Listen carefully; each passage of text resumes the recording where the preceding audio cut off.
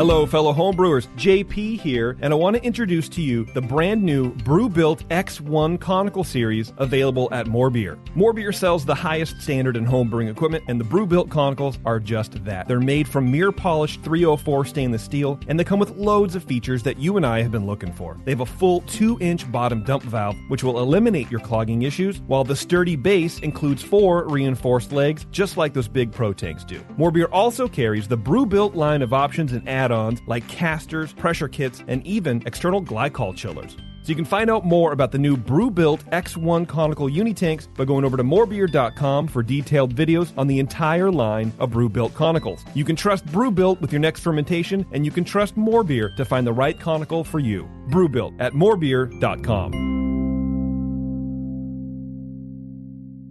Today's Sunday session is brought to you thanks to the fine folks at More Beer. Visit them right now at morebeer.com.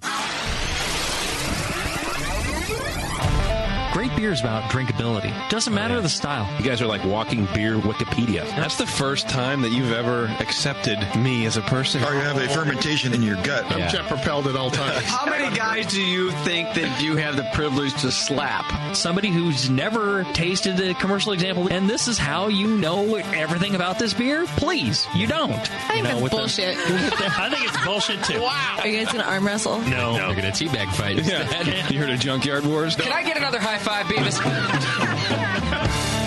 Now, live from the Brewing Network studios in Northern California, this is the radio program for home brewers, craft brewers, beer lovers, and beer geeks. It's your only source for live beer radio that brings expert brewers together with, well, expert drinkers. This is the radio program with a head on it.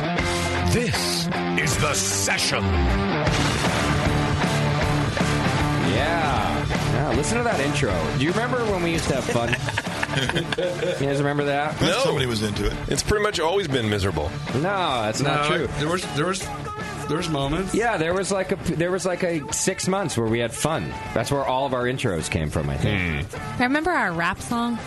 Yeah, we had like a rap song. We did have a rap song. But what's not fun about that? But I also remember when we had listeners contributing to these certain things, like rap songs. Push was a listener. He just put that together. We didn't ask him to do it. So do you think it's that 11 years of berating our listeners stopped them from contributing to the program? I think so. You know what? Someone in the chat room said, or maybe it was on Facebook or someone, he was like, look, dude, you guys should just have Drunk of the Week, and then more people would call, and that's why people aren't in your chat room. And I'm like, Drunk of the Week is always open, bro. Yeah. You got to take some of that ownership on yourself and get hammered and call us. 888-401-2337. That's right. You could bring it back as an experiment and see. Yeah, I don't know. I could see you squirming in your chair right now.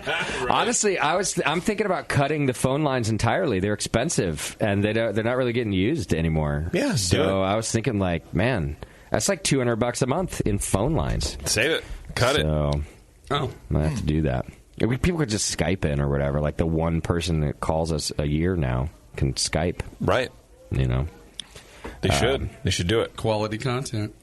Well, I'm having fun on the show. I just saying, like, thank God. Yeah. Thank God. That's a good trend. Hey, it's all about you. That's right. Always has been. All right. Well, thanks to our sponsor, More Beer. You know, speaking of the good old days, they've been with us since the beginning, and they still bring the session to you. You can go to morebeer.com right now and check them out, and you should do that. They got cool stuff over there. You know, they have a touch screen beer sculpture now. They do. Yeah. How cool is that? That's pretty neat. I saw it at the last NHC. Yeah. I had to go to the showroom before Thanksgiving to get some beer lines. I hadn't used my kegerator in like a year. But I had guests coming over, right? So I needed to put beer on tap. And so I went to get beer lines and stuff. Which they have cool stuff now. They have like this antimicrobial beer line. Yeah. You know I bought that. I'm a sucker for that shit. It means you have to clean it less, right? Yeah, I was like, oh, I need that. It's all come a long way. Yeah, it's great. Used to be the basics there. Right. Now they got everything. And they got that big-ass showroom. It's amazing big. And I saw the touch screen then, too. They have it sitting in the showroom. Yeah. So go check them out, More Beer. They've been good to us. Been fun to watch them grow up, too. I mean... Yeah, I went in there Saturday, right. Saturday night, Saturday evening. It was right before they closed, and I pull in, and there's a lot of people in the showroom anyway. But then all of a sudden, and then did I see? It was their Christmas party. It was their Christmas party. That's right. But their company Christmas party. Yeah. So, but I'm seeing Chris, I'm seeing Owen, and Darren. Like, I was invited to that by one of the employees and stuff. Yeah. No, I didn't want to go. Like they tried to get me to stay. I think at one time there were a lot of non-employees there, and then all of a sudden it was too many. So I think they asked how many they're going to have, and they're about 130. And I go, wow. That is a lot. Tasty, I was thinking about you the other day. And I was spread eagle. Don't you know any handsome old guys? I was thinking about you and that sort of thing, the going to the More Beer Christmas party, the Doe's meetings. That was tasty. That's the tasty. That was Mike McDole. That's right. Mike McDole. That was like your wheelhouse. A far different person, by the way. It is a different person. Sometimes he sneaks out, but it's pretty rare now. I buried that guy. Yeah, you don't have time for that shit anymore. And even your outwardness, like your the outwardness isn't the right word. You're a more outgoing individual now than you maybe ever have been in your life. Well, the podcast did that. It's pretty clear. Yeah.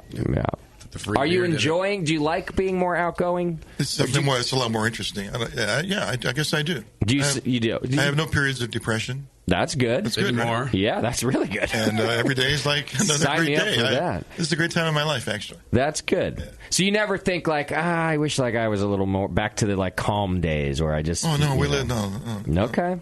Oh no, beer, I focus a lot on beer and rest in peace. Yeah. And a little bit of programming here and there. Right. Too early. Very little bit. Yeah. So yeah, my world's great. And you're pretty much retired otherwise, right? Yeah, I'm between careers maybe. Like maybe I'll get into beer somehow. Okay. Down the road. But between careers.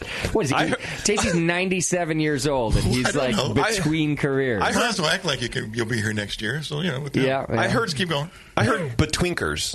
And I'm like, what the fuck is a betwinker? That's what I heard, and I was like, I understood. I didn't hear from that. Missouri. Cut him a break. Just washing on. I didn't hear that. You gonna go to Washington? I actually heard. Is that you a name? between careers, right? Yes, I did. Yeah. Oh well. All right. Well, I just wanted to. I don't know why. I was just driving down the street. Oh, I know why. Because I was thinking about the Doe's holiday party, and I was like, because our show got canceled. Yeah. So you went, right? I got to go then. And I knew you'd go, and I thought. Well, so now Tasty goes annually, but that used to be like his thing, like every. Those are my peeps. Yeah. I mean, I still love to go to the home brew club anytime I can. Yeah. Every time we have a Monday off, it falls on the club meeting. Then you go. Yeah. Sure. Okay. What about you, Doc? When's the last time you went to a Doe's meeting? Not calling you out here. I'm just curious. It wasn't that long ago. Okay. 2 months ago, 3 months maybe. Okay. Maybe because it's 50 feet away, really. That's another thing. Like, just think about how times have changed. Like, Doc was the president of Doe's when we started this thing, and he was a great president too, by the way. Right? Like, not only was he at every meeting, but he ran those like a boss. I remember all the topics he used to create, and you don't like throw together topics. The same as like when I ask you to do a show. It's like I'm just like, just fucking put something together, Doc, and you're like, no, I gotta. This is a whole thing, and that's how you used to run the club. You researched everything, you brewed for it. No one's ever had it that long either. Now you don't do shit. Yeah. Boy, how times have changed. That job's opening up next year, so if you want to come back. The president job? Yeah, maybe I'll re-up. You got a lot of free time now. I don't think there's any term limits. Not at all. No, I think I had 8 terms, something like that. Did you? Yeah. Wow, you were there for what? The club was like 5 people. So, but was that every year? So was that 8 years? Okay, so a term is 1 year. Yeah. Okay. And they were great years. They were formative years. A lot of changes took place. We got a lot bigger. We got better. Yeah, bigger, better, man. Starting winning in competitions and stuff like that. I remember that. Yeah, and then the BN came along. All under Doc. Fucked everything. Then the BN put them out of business. Ruined everything. Put us out of business. I got bigger fish to fry. Well, I don't know why. I was just thinking about that. Like a lot of me and JP, we're the same. Nothing's changed here. You two, big changes. Me and Jip, we're just like, I don't know. I kind of wish it was still the garage. I don't care. Yeah. Well, I'm glad the fucking dog's not here because, like, I'm not sneezing. Biscuit? Well, Biscuit was a fine dog, but it did kind of suck sneezing and hacking and coughing for 4 hours. Yeah, you were a mess. That sucked. But. The audio's cleaner. We got that going for it. You don't have all that shit going on. Yeah. Otherwise, the garage was cool. Yeah, it was cool. It's better than this in some ways. Now I got to be careful what I say and everything. So, I fucking... What happened now? What happened now? Well, yeah, a couple weeks ago, on the air, I talked about my sharding. Your sharding experience, yes, sir. Well, my staff listens to the goddamn show. They shouldn't do that. Did I talk about this already last week? On Lunch Meat, I think, is when you did it. Oh, okay. And so my staff's out there listening, and they're like... We're listening to the part where you're sharding yourself. I'm like, I'm the fucking boss, for God's sake. Now they can't see you walk through the room without thinking of that. My poopy pants. All the respect that they had for you. I know. Out the window. That's why you can't manage people. No, I can't. In a separate business. Like on the radio show, you can because you understand that there's levels. But that's probably the downfall of this business model is you can't be like entertaining and then. Expect people to not look at your butt all the time to see if you've sharded. Is he leaving early because he shit himself, or I know. He's just done with all his stuff? Why is he running out right now? Why is he running to the fountain in the courtyard to wash his butt? Why is he waddling? I know. No, most of the listeners, we're just like imaginary kind of people. Right. Like, do we physically exist? Who knows? But to the people that work here, they see you all the time. It's like a regular dude, right? Yes. So it's here, they don't get the bit. So basically, because of the show, I claim zero authority around here. I'm like I'm just the asshole who shits himself now. Why do you need authority? He'll shit his pants. You have a general manager. I know. You're right, and that's why I do that. You should be. You're right. You should be up in the ivory tower and not do a goddamn thing. You're right, except I don't like it. It makes me uncomfortable because I don't care that the listeners know this stuff about me. Like it's always been that way, right? Like we go to an event and it's the same old, hey, douchebag. Like it's the same. It's fine. But out there, I don't know. It just feels different here. They're looking at you funny. But it's not like I stopped doing it, so I'm just complaining. Well, if I run into a local person and I'll ask them, do you listen to the podcast? They go, oh, yeah, a lot. Then I know they look at me as a totally different person than I really am. Yeah. Well, that's true. Right. Anyway, and it's not completely different than who we are. It's too much information. As Bevo likes to tell me, it's just too much information. Is what I do. Too much. Well, but anyway. She has a fine line. Now. You are certainly an oversharer. Yeah, I'm an oversharer. You're not the first person to tell me that. Wildcard Brewing Company's on the program with us tonight. They're out of Redding, California, and I think it's pronounced Reading, like Reading Railroad. I don't think so. Reading, that's too bad. Redding, California, Wildcard Brewing Company. We got Jeff Hansen and Andy Crocker in the studio with us, so they're going to be hanging out. And then before that, we're going to do a sensory tasting with Aroxa. The beer sensory kits. Oh, wow. Yeah, Craig from Aroxa is here with us today. Okay. And he brought us in. We're going to do 4 different off flavors. I know Tasty's not entirely stoked about this. No, that's right. I've actually never done one. It just shows me where I fail every time. I've never done one of these either, but I imagine it's just like being at club night. It might be. Yeah.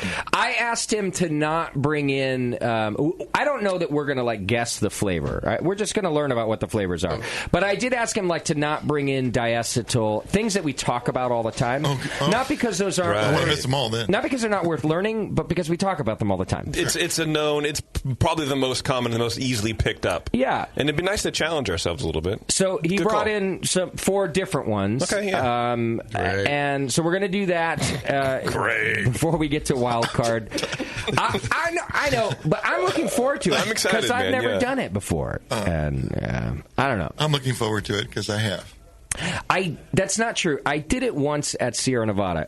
And we did, at the beer camp, And I don't think they dosed things though. No, they artificially aged beer under different circumstances to not light stroke but heat specifically, because that's what they were really focused on, right? They know they get oxygen out. They know they don't have diacetyl in there. They know they don't really have a light issue because of the brown bottles. I think it's just they're worried about age and heat. Yeah. And I think you're right. And I remember one of them being so offensively bad that I cursed at the bartender. Yeah. So I'm hoping... Is that the one they went and got at Bevmo? Yes. I don't know. Who is it that moved in next to Bevmo now? Total Wine. Yeah, they're like...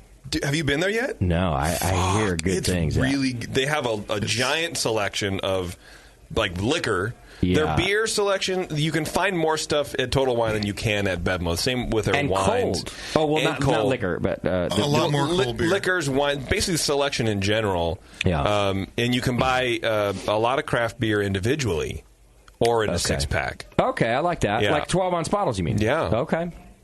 Yeah, I was thinking about them the other day because, so they're a direct... They exist to compete against Bevmo. Okay, that's, and I was thinking about that, and that's great competition, right? But they also their locations are in Bevmo's backyard. I just realized that the other day. They just opened across the freeway, in our location. What an aggressive, obvious stance! We're here to put you out of fuck business. your shit up. Yeah, and on a couple of places, a couple of displays for the bourbon display, for example, they have a big sign that says "Don't pay Mo at Bevmo." Really? Save they $2 buying fucking Templeton Rye here or whatever. I was like, wow. Yeah, right. And then $2. Is that even worth the time to print that up? I know. And then the employee to hang it up? No.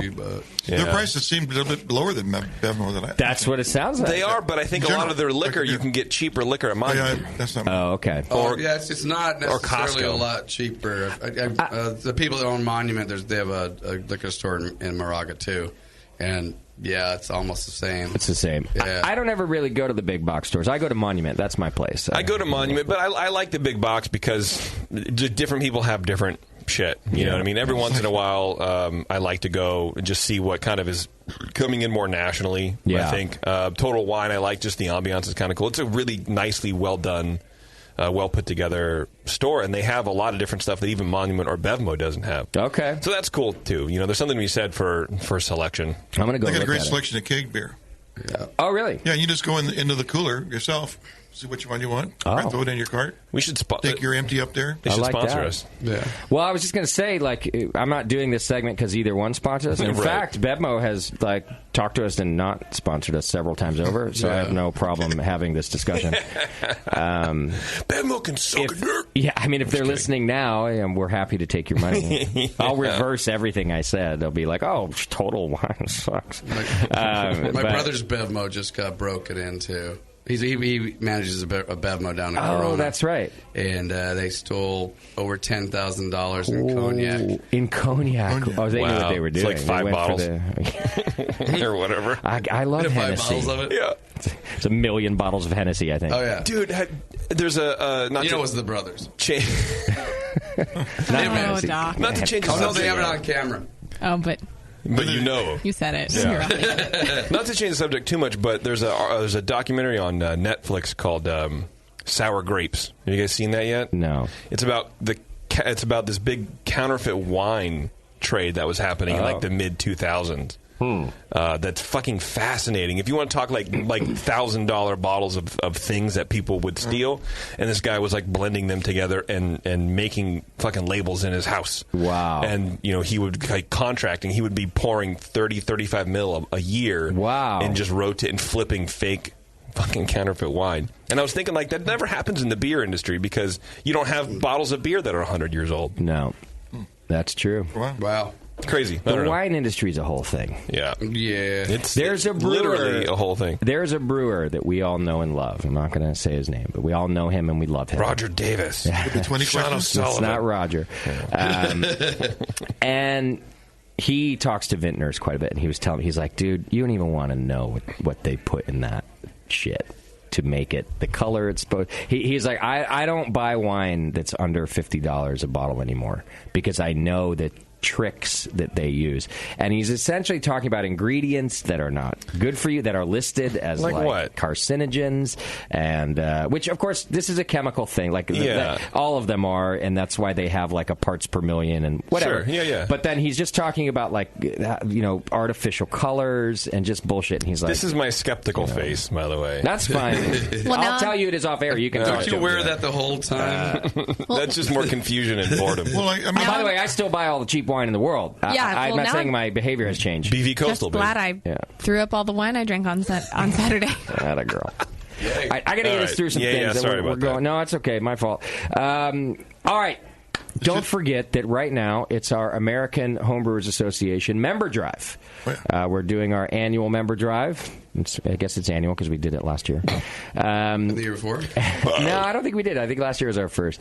But anyhow, our second annual. It's our second annual, and it's because you should become an American Homebrewers Association member. You can do it by clicking the Join the AHA link on our homepage. And then use coupon code BNARMY. And what that's going to do is get you 2 free books from the AHA with your membership. Plus, you're supporting us, you're supporting the AHA, and you're giving yourself a cool gift. Or somebody else a cool gift if you want to do that. So, if you like other people. If you do. Yeah. Plus, you get the tasty sticker if you send me a copy. What'd you say? First 50. I got one so far. 49 more people. Oh, yeah. First 50. And how many is it that's getting your 4. farts in a jar? The first 4. First 4. You didn't get any. I didn't post the show yet. That's why. That's because we did it on Friday. We did it Friday. Okay. I'll post it tonight when I post this one. Right. So, anyhow. Forgot about that. Well, it's only good till when, though? 26th? The 24th. 24th. Yeah, it's good till Christmas Eve, so you can, even on Christmas Eve, you can go online and buy somebody the AHA gift and still put it in as a stocking stuffer under the tree, or whatever you do. Stuff that stocking. So just click the Join the AHA button, or if you want to go to homebrewersassociation.org, use coupon code BNARMY. That's BNARMY. Get your 2 free books. Help us, help you, and it's a good thing. Also, the Brewing Network is starting our 12 Days of Christmas sale today. That's Monday, and there's a new item on sale every day. I think today I looked at it. It's a Brew Strong T-shirt, I think. But go check it out. You can click the store button on our homepage, and then you'll see the 12 Days of Christmas. We're doing something for sale every day for the next 11 days. So I love 11 days. Hey, speaking of gifts, are you aware that you can ship a dick to somebody? I am, and I'm proud to know this. Doc does not know about this. You don't know about this yet? No. Talking to Doc. Okay. No. You're not gonna believe God. If you go to shipadick.com, you can anonymously, or not, send somebody a cardboard dick. And there's all different sizes. You could do a big one. You could do a little guy. The BBD. You could do you can send a box of dicks. To. There's also a bag of dicks. There's a bag. That's true. Bag of dicks. Go to shipadick.com. You can anonymously ship your friends or enemies a giant cardboard dick. They measure almost 30 inches and 17 inches wide, the big ones. Wow. There's a dick for almost every holiday, Doc. Christmas, birthdays, football. We didn't know if there was a Hanukkah. There dick. is. Oh, you looked it up? Oh, yeah. I think it's called the candelabra dick or something like that, where it's a candelabra in each... not candelabra, a menorah. Jesus Christ. Yeah, I like... Isn't candelabra like our thing, though? It's the same thing. It's basically it's the same a fucking thing. menorah. Okay. Yeah, Okay. a menorah is a candle. And each candle is a little penis. And they're all circumcised, right? Doc, I would imagine so, but that's for really... effect. Doc, I can think of a Jew right now that you should send a dick to. Yeah. Maybe several. It's called the dick menorah. Oh, God. Dick menorah. There's plenty of options. There's a glitter dick. Well, I haven't got her a Hanukkah gift yet. See? You could actually send a bouquet of dicks. There's one that has... a crown of thorns on the head, and it says "He has risen" on the balls. God. It's called the Res-erection. That is amazing. Go to shipadick.com right now, and they're giving away something really cool on Tonight. December. Oh, tonight. Yes. On the show? On the show. We're doing it on the show. We got to do it. Okay. I don't know how, but we're going to do it. All right, we'll figure that out. So tonight we're Special giving gift away we something. can't talk about. Very cool. $50. How'd we get this advertising? In cardboard dicks. Bevo That's got a lot of it. dicks. What is she doing like that? All right, I found it. Go to ship it. What were you searching? Okay. Some dicks. So it was my best friend's bachelorette party. All right, hold it. Just wait. Okay. I got to get when we do the giveaway, I want to know how you found it. Okay. Right. Okay. I have pictures to go with it. All right. Of course you do. You can do your Amazon shopping by clicking the Amazon link on our homepage. It's a great way to support us. And I know you're doing all your Christmas shopping right now, and it doesn't cost you any extra money, and really goes a long way to keep the Brewing Network alive and well over here. So click the Amazon link, save it as a bookmark, and you can do that both in the U.S. and the U.K. So, we stopped being prejudiced against you Brits. Yeah, sort of. All right. Subscribe and join the Army. Limeys. You're entered to win a $100 gift certificate to More Beer. Just become a recurring donor from $2 a month all the way up to like $50 a month. And the more you donate, the more chances you have to win. And also you get cool stuff like our newsletter, which goes out every month, believe it or not. All right. Get other information and more on Twitter, Facebook, and... Just the Insta-blabba. Yeah, the Instagram. Instagrammers. And now Snapchat. No. Nah, I'm kidding. Okay. I was like, really? Nah, what do we know? We don't know what to do with Snapchat. All right, send your feedback over to feedback@thebrewingnetwork.com and send show ideas over to bevo@thebrewingnetwork.com, and everything else goes to jp@thebrewingnetwork.com. That's correct. Do we have a Twitter game tonight? That's correct as well. I love Twitter games. See, we could have a Snapchat game if we had signed up for that. Okay. Twitter game tonight is brought to you by White Labs. And homebrewers, you're in for a special treat. White Labs has been collecting yeast strains from around the world for more than 20 years and kept them locked away until now. Through the Vault program, you have an opportunity to order new, creative, and unique strains from White Labs that have rarely, if ever, been available on a commercial scale. Check out the full lineup of strains available by visiting whitelabs.com/The Vault and put your pre-order in today. Don't wait. Your order could push the next strain into production. What's our Twitter game? Well, for those of you who don't watch the show or know anything about the man at all, Tasty McDole is growing his beard out. The artist formerly known as Mike McDole. That's true. That's correct. That's right. And so my theory is he's doing it to compete with Warren. Oh, man. Okay, so if this happens when Tasty decides, because it's getting a little bushier, which is looking good, it is, but it is kind of in the awkward teenage years phase, right? So once it gets a little bit lower, That's me. Once it gets a little bit The lower, beard just overrides the real me. he's going to need another nickname. Oh. So what's Tasty's new... A bearded Tasty. A bearded Tasty naturally needs a new nickname. Okay. Yeah. Tasty. Can you imagine if he grows a bigger beard than Beardy? That would be amazing. I don't think I would want that, but, But you could. Where is Senility's Beardy, right around by the corner, way? so who knows? I don't know. It's a good question. He could be dead. He hasn't texted me that he's not showing up. He could be dead. Shh, don't say that. Why do I always go? I always think if I don't hear from somebody, it's always... He's just worried about it. That's why we're friends. Yeah. Because I often think I'm going to die. Yeah. I also think you're going to die. Right.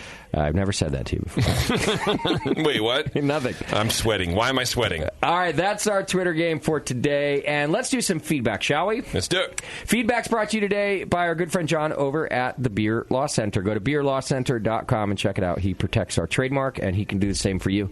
He does the filings, and he does TTB filings, and he does brewery help, planning, legal shit. It's a whole thing that he does. It's all in legalese, right. So I don't understand it. No, it would take a radio show host to explain it to you. It would. That's why you pay somebody else to do it. Correct. So go to beerlawcenter.com and check it out. All right, Tim writes in, this is titled Lunch Meat. Hi, guys. Just listened to the show. Really sucked. Thanks.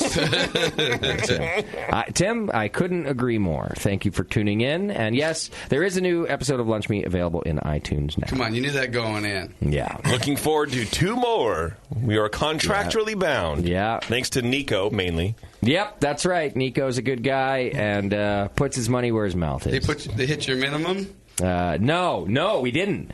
We're doing this as a solid to people like Nico who supported, despite the fact that we came up well short of our minimum. Yeah. We decided to still throw in some shows to to pay back the loyalists. Why not? So they deserved it. Yeah. They do.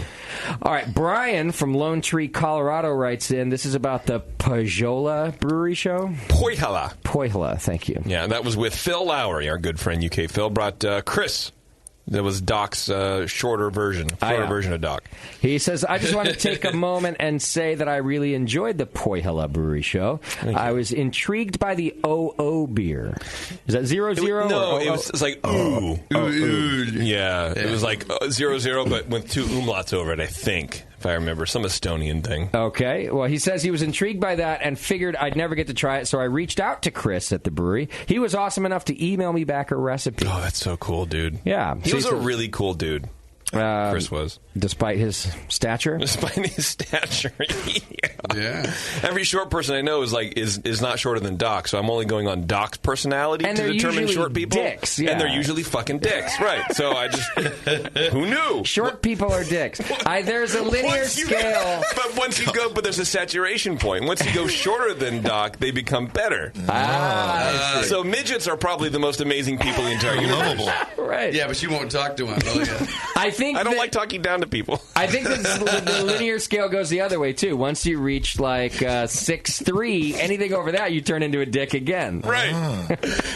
There's a sweet spot of personality. Doc, how tall are you? 5'7". So from 5'7" to 6'3" is like the sweet spot of a cool personality. Anything outside of that? I would say 5'8". Okay. To 6'2". Just past me, right? All right. Hey, I have a density of cool. You don't even know. That's true. Density. You're very dense. Your spectrum is narrowed. Your thermal mass of cool is much better. It's potent. All right. Immense. He says he was awesome enough to email me back a recipe, so hopefully I'll do a decent job on the beer to get an idea what the real deal tastes like. Continue the great work, and you guys do the best interviews of all beer podcasts out there. Thanks from Brian. How many are there? Like 2? Right. Take that compliment. Wait, there's other ones? Thank you very much. I actually agree. I think we do amazing interviews. I think so, too. I think we're good at that. So that beer he's talking talking about... Not much about... that we're good at, but that is something we're good at. That beer he's talking about is the Baltic Porter, for those of you who were in the studio for that. I remember that. Yeah. That was really nice. On Rate Beer, it has an overall pointage, of 99. Okay. That's because it's really from the Baltic. Yeah, I would. Come on, who's holding out? I would put that on a fucking classic examples. It was delicious beer. Okay. So that's really cool, man. I remember talking about it. I'm sure we talked about the water and stuff. Yeah. Yeah. Okay. Anyway, sorry, go ahead. That's all right. Finally, Hudson writes in, and I think there's a picture of a dick in this email. Not an actual picture, but like a text picture. It looks like a dick. I just did that. Okay. I thought Hudson did it. No. Is Hudson his first name? Yeah. Wait, was that weird? That was only 3 feedbacks? Yeah, that's why I asked you if you double-checked feedback. Nobody wrote to say they love me? Oh, damn. No. But Hudson writes in... me neither, man. Good noon. Fuck. We don't get much email. No. He says that Mikkel of McKellar fame has declared that he has conquered the world of beer. Did you look at? Do we know what this statement is? No, I just checked it about 2 minutes before we went on. So is this like a thing, or is this guy full of shit? Let me see. I would be curious to know if he declared that he has conquered the world of beer. Well, those Scottish assholes aren't going to like that idea. Who are those 2 guys? Oh yeah, the brew cats. No, yeah, that's it, right? Brewing doggers. Dogs or something. Brewing. Brewdog. No, that's Brewdog. No, that can't be it. No, that's not. That's not right. That can't be it. That's silly. That's Mikkel's other. Do you know that Brewdog has 47 locations? Yeah. That's like a serious chain there. Wow. They're like raking in that dough, those guys. I'm jealous. Mikkel, too. I'm jealous of him. I've always been jealous of Mikkel. He's a smart guy. Like good timing, until now, didn't even have a brewery. Didn't have a brewery. Yeah. Open up location, running around, collaboration brewing. Yeah, knowing everybody. Knowing everybody. Yeah. I don't know what this guy's talking about. I mean, just the first couple of pages in Bing isn't bringing anything up. So. Okay. Well, the only reason I ask is I don't want to spread some rumor that's not true. So, according to Hudson, who has written in this email, on the internet, Mikkel has declared that he has conquered the world of beer, and then he goes on to say, presumably that means all beer is now oxidized. That sounds like something using our show to take a dig at poor Mikkel. Yeah, that's my job, by the way. Exactly. And there's nothing poor about Mikkel anymore, I don't think. That's definitely not true. I like Mikkel. Or definitely true. I think Mikkel's a nice guy. When I was in Copenhagen, I had a beer at his bar. Oh, you did? On Victoria something. I don't know. And it was a real McKellar bar, and freaking thing, it was oxidized. Oh, really? I can't fucking believe it. I thought it was by the time it gets to me, it's oxidized. Yeah. No, they must go in right away. I mean, the only thing I can say, I've had a couple of the beers. I've never been impressed. So I never understood. I like the artwork, but I don't know. People really foam at the mouth for that. And for Brewdog, I've had a couple of their beers, too. I can't really say that I like them.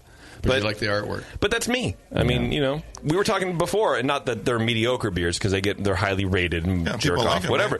But there's a market for mediocrity. You know what I mean? That there is. I've had beers from both that I like, and I've had beers from both that I dislike. Yeah, my sample size is very small because if I try your beer and you're a brand and I don't like it from the jump, I'm probably not going to go back and try other things. I'm not very open person in regards to trying new things, so it could totally be me. Yeah. Okay. But I doubt it. All right, well, that's your feedback for today. God bless you. Yeah. Yeah, there wasn't a whole lot. Actually, we haven't been getting a lot of feedback lately. Past couple of months. No news is good news. 3 or 4. Like more. That's true. About it. Does that mean we've stopped pissing people off, basically? Yeah, maybe. I don't know. I think it must be. I think we've become our parents, JP. Now we're middle of the road. We're not even pissing people off anymore, is my point. We're not using the N-word nearly as much as we used to. Maybe we should start doing that again. Yeah, let's just create some controversy, for God's sake. Let's just say something. Let's put ourselves in the news. Yeah, okay. Here, read about this one? The next Dookie I take, I will name Muhammad. Great, now we're going to get firebombed. I didn't want us to get firebombed. But we won't be here. I have to pay for this place, JP. Insurance. Oh. Yeah. Yep. Oh. Yeah. That depends on if I opted for the terrorism insurance. It's not too late. I have to look into that. Civil unrest. It's not too late. Yeah, I better call tonight. Whatever. More importantly, have you guys been to Drake's lately? Yes. No, I need to, though. Define lately. In the last 3 weeks. No, me neither. I got to get back down there. I love Drake's Barrel House. My favorite one, though, is the new Drake's Dealership. Dealership in Oakland, yeah. I like that place. Yeah, that's a good one. Go to drinkdrakes.com. You can find out all about their different locations. They're always doing events as well. You can find out about their medal-winning beer. And then go to any... hang out. Just hang out. Yeah. And I got to tell you, Drake's is still at the top of my go-to list when I go shopping now. Yeah. Right? So everybody knows my affinity for Pale 31. Right. No. 1500. No, for Pale 31. Oh, I'm sorry. Okay. I'm sorry. But I would say that recently it might have even now been surpassed by 1500. Really? This is not a conscious decision, but if you just look at my buying habits, I buy more 1500, I think, than any other beer right now. And you know what else I like? So I love that there are special releases like the Jolly Roger and stuff. Yeah. But why doesn't anybody talk about Drake's IPA? Drake's IPA, I don't know. Just their standard IPA, is a fantastic American IPA, in my opinion. And so those 2 6-packs are almost always in my fridge. No, they make great beer. I think they do. And they're really close to the shooting range, too. Oh, see. Perfect. Do you go before or after? When do you go to Drake's? During. Never mind. Don't answer that question. The brewery's in light industrial. No one will hear the gunshot. It's fine. All right. Go to Drink Drake's. Go to drinkdrakes.com and see what I'm talking about. There you go. Right. Why don't we do this? let's take a little break. All right. When we come back, we're going to talk to Aroxa, and we're going to do a sensory beer panel. We're going to check out some off flavors and educate ourselves. So hang in there. It's The Session, and we'll be right back.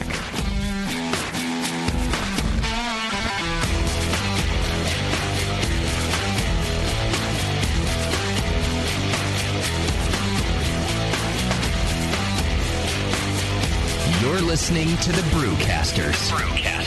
On the Brewing Network.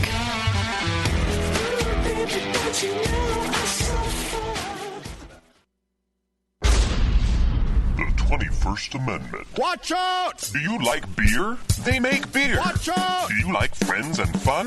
They make friends and fun. Watch out! Do you still like to have a good time? The 21st Amendment. Watch out! The 21st Amendment in San Francisco, located at 563 2nd Street, 2 blocks from the building where baseball is seen and played. Try their beers in the pub or try them in the can, featuring Monk's Blood. Made with real monk. Watch out! So why not have the best time of your life? Go to the 21A and Sean O'Sullivan will personally greet you with a can of Monk's Blood. The 21st Amendment. Watch out! This advertisement is not in any way affiliated nor associated with the 21st Amendment Bar and Pub, nor its subsidiaries or affiliates. This telecast is not copywritten by the 21st Amendment for the private use of the Brewing Network. Any use of this telecast without Jamil Zainashev's consent is prohibited. Suck it, JP. The Vault, created by White Labs. The Vault is a collection of new, creative, and unique yeast strains from around the world. These strains have never been available to homebrewers. Most have not even been available to professionals. You have the power to release the yeast. Through The Vault, White Labs is giving you the power to decide which strains are put into production and giving you the opportunity to brew with these strains. Visit whitelabs.com/The Vault and pre-order the yeast strain of your choice and encourage your friends to do the same. Once 250 pre-orders have been achieved, White Labs will put that strain into production. The strain will be mailed directly to your doorstep, ready to make the beer you've always wanted to brew. This program was created with the homebrewer in mind. White Labs is relying on you to help release these strains, which may blaze the way for future new and unique beers. Help release the yeast. Visit whitelabs.com/The Vault. Brewing great beer is a process of continuous learning, and the best books on every aspect of brewing can be found at Brewers Publications, with more than 50 awesome titles like Modern Homebrew Recipes by Gordon Strong, Designing Great Beers, the Ultimate Guide to Brewing Classic Beer Styles by Ray Daniels, American Sour Beers, Innovative Techniques for Mixed Fermentations by Michael Tonsmeyer, For the Love of Hops, The Practical Guide to Aroma, Bitterness, and the Culture of Hops by Stan Hieronymus, and Radical Brewing, Recipes, Tales, and World-Altering Meditations in a Glass by Randy Mosher, plus many, many more. These are the books and the authors with the knowledge to push your brewing farther than you thought possible. And you'll find them all at fine homebrew and book retailers everywhere. And visit the website at brewerspublications.com. Brewers Publications, all the best on beer and brewing. Since the first time the Brewing Network microphones turned on, More Beer was behind it. More Beer sponsors the programming on the BN because, like you, they love brewing. And like the Brewing Network, they love sharing their knowledge. Morebeer.com isn't just a website to place your next equipment or ingredient order. Morebeer.com also gives you access to free beer information that will make you a better brewer. Go to morebeer.com and click into the Learning Center. You'll find podcasts, technical facts, video tutorials, and more, including access to The Buzz, More Beer's social network of more than 5,000 members. And some of them might even be crazier about beer than you are. Get over to morebeer.com today and take advantage of The Buzz, the forum, the Learning Center, and make sure you're signed up to receive the newest More Beer catalog. More Beer, bringing you absolutely everything for beer making. Marin Brewing Company in Northern California has been making award-winning beers for more than 25 freaking years. Today, I want to tell you about their new 12-ounce cans of Mount Tam Pale Ale. The good stuff. Mount Tam is bright gold, 5.5% ABV to keep you feeling good, and has been winning awards since 1989. If you're visiting the Bay Area, get your butt out to Marin Brewing Company. They pour tasty beers and serve great food every day until midnight. Come in for a tour, stay for the food, and pick up a 6-pack of cans of Mount Tam Pale Ale to enjoy at home, camping, biking, or whatever the hell you do. Owner Brendan Moylan has this to say about Marin Brewing beers. It's freaking awesome. Marin Brewing has won more than 100 gold medals in international competitions. Check out marinbrewing.com for all their award-winning beers, food, and merch. Marin Brewing Company in Larkspur, California. Award-winning taste, refreshing finish. It's freaking awesome.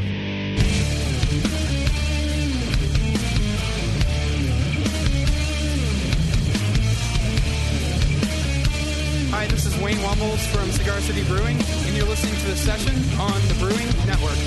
Yeah, you are. Thanks for hanging out with us. We got a lot to do today. Right now, we're about to do a sensory tasting, but first, our friends at Great Fermentations want to remind you that they're awesome. You can go to greatfermentations.com and check them out. They've got the largest catalog of Blickman products on the web, and their staff is some of the best trained in using Blickman products. They offer top-notch customer service and same-day shipping on so many items. You can check them out at greatfermentations.com. And they're doing a special for Christmas, $1 shipping on all orders over $50. Only thing excluded there is bulk grains. And you can use coupon code BNARMY50. BNARMY50 to get $1 shipping, which is pretty cool. Also, be sure to like them on Facebook. You can go to GR8 Fermentation, Great Fermentation. That's Facebook, Instagram, and Twitter. Or just go to greatfermentations.com, and they'll take care of you. Okay.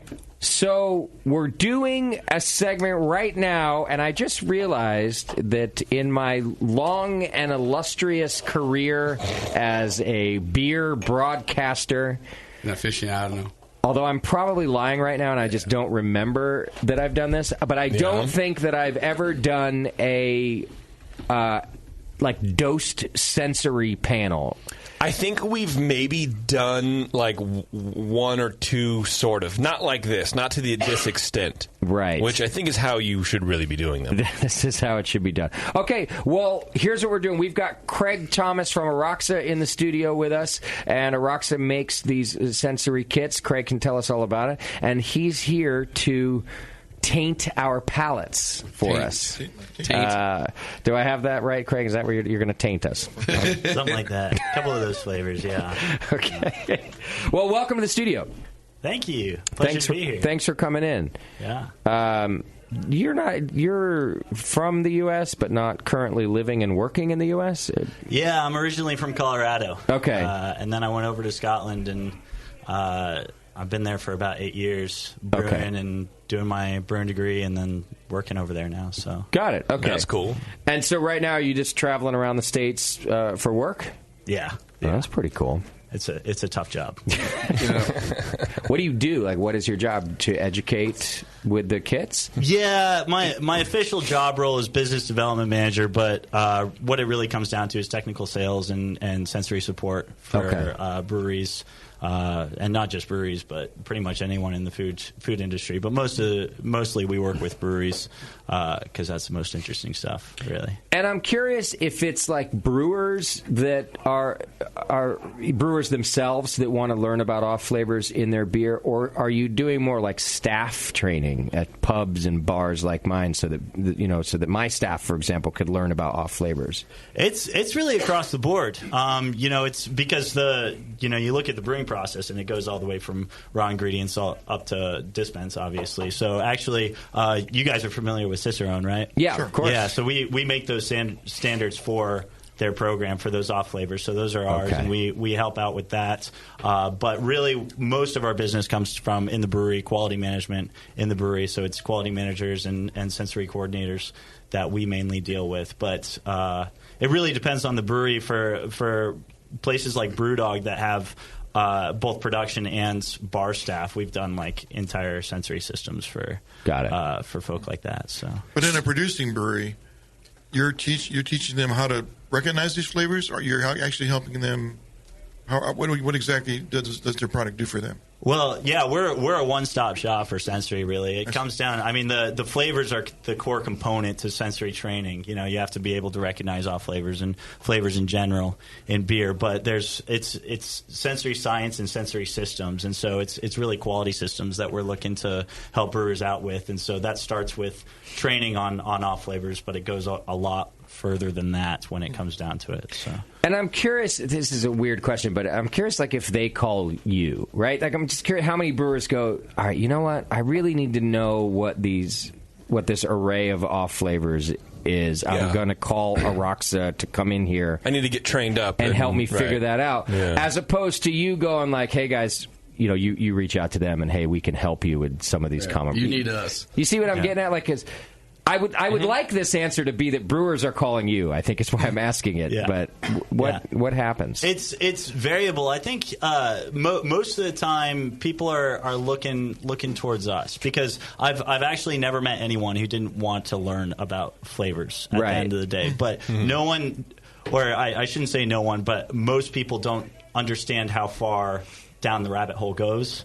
And so, you know, people come up to you and they ask, I want to learn a bit more about this flavor or that flavor. And you say, well, what exactly, where are you looking to get to in this? Are you looking to have this as a serious system in your brewery where you are measuring your quality based on sensory? Yeah. Because that's a whole different discussion to just doing a one-off session with you. Okay. And so once, you know, it's a huge education piece actually that we're doing is just getting people to realize that if they implement sensory properly, then they can pretty much get rid of half their lab equipment or not even buy it. And then on top of that, it'll give them like specific actionable results that they can alter or you know fix their beer if they have problems or help to make it so that it's a consistent process. So, okay.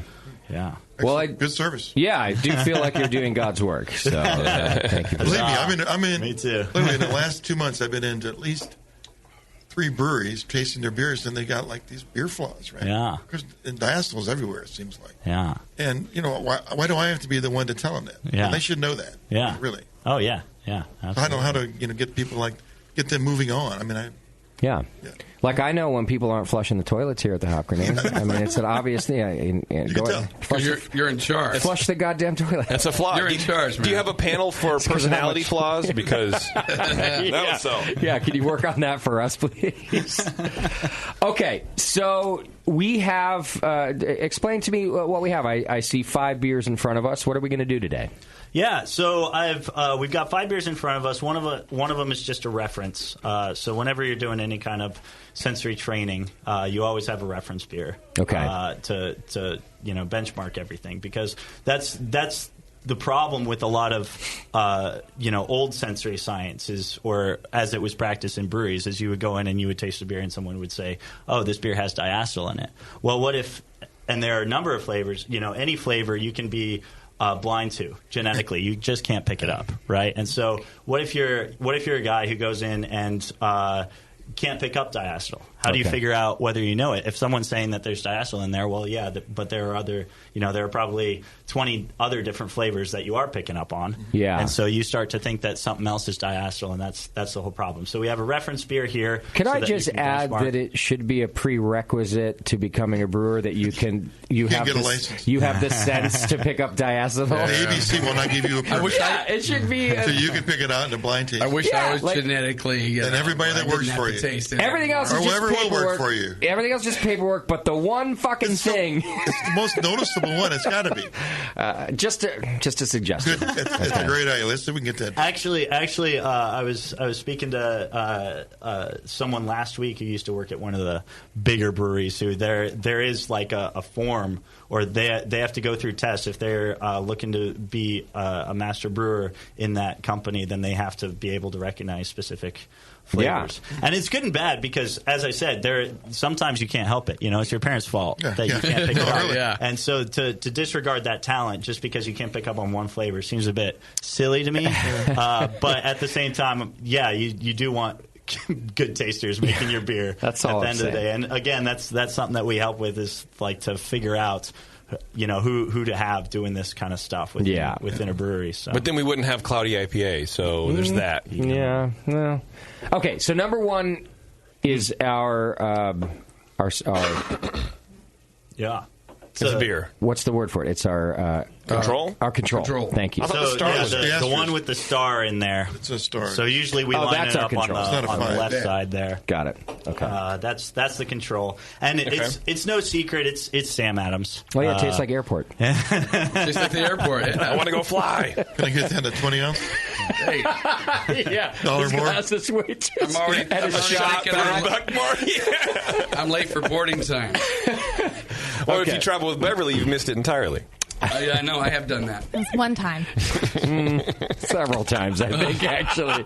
All right, so that's our control. What else do we have? Yeah, so first sample we have here is I've dosed that with Light Struck, which is a specific compound. And what I'll say is before we dive into any of these, I'll let you know of the specific tasting technique to go through them. Okay. Usually when we do training courses, we go through the whole shebang, where there's a whole methodology for how you go about assessing a sample blind, because there are certain attributes that you'll pick up better with certain methods and others that you won't pick up.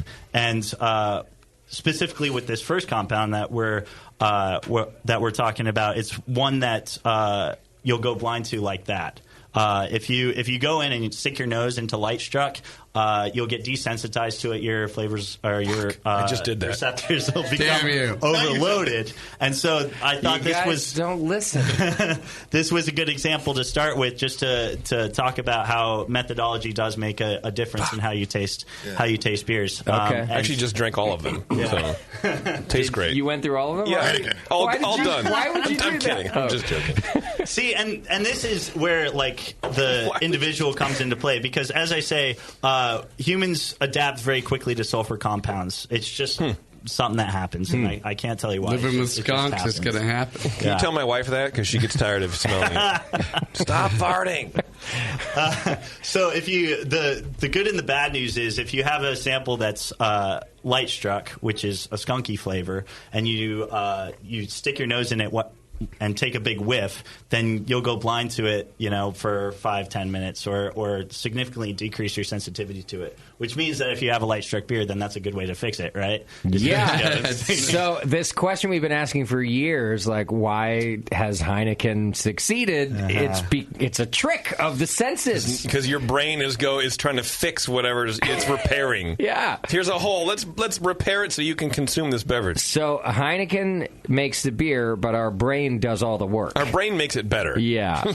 Okay. So what am I supposed to do with number one? This one, if you just take it quickly by your nose, kind of an underpass in your nose, and I realize it's tough to demonstrate this on the radio, but and do really short sniffs, like you're over at a friend's house and their dog's sitting under the table, and you start going, yeah. Just little ones. What was that? Yeah, just really short sniffing. Okay, I got it there. I'm getting it. And yeah, you're looking for a skunky flavor. But it's interesting you mentioned Heineken, because actually, skunks are indigenous to North America. So people over in Europe, they don't know what a skunk smells like. Oh, right. And so they also have fresh Heineken. Yeah, well, that's part of it. So but they don't need to know. And I've sat in on trainings where this has been done, but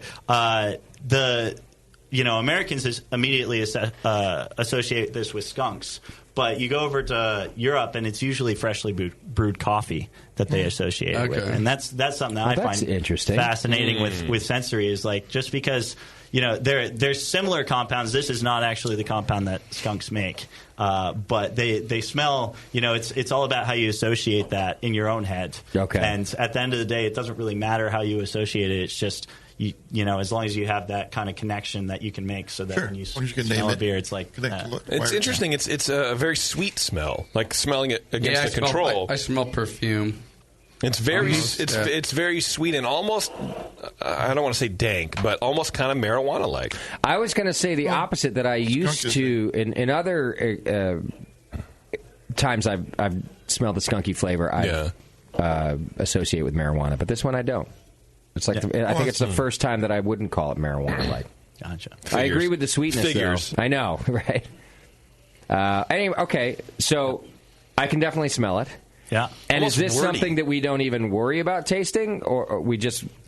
So you cannot taste sulfur compounds. So when you're looking, as I said, when you're looking to assess beer, we have a whole methodology for how you go about it step by step. But this is one that you'll only pick up on the aroma. So if we drank this, we wouldn't taste it at all. Well, tasting has different meanings to different people. Tasting, as we define it, is exclusively how you perceive it on your taste buds. Okay. Right? And in that sense, you cannot taste it. Interesting.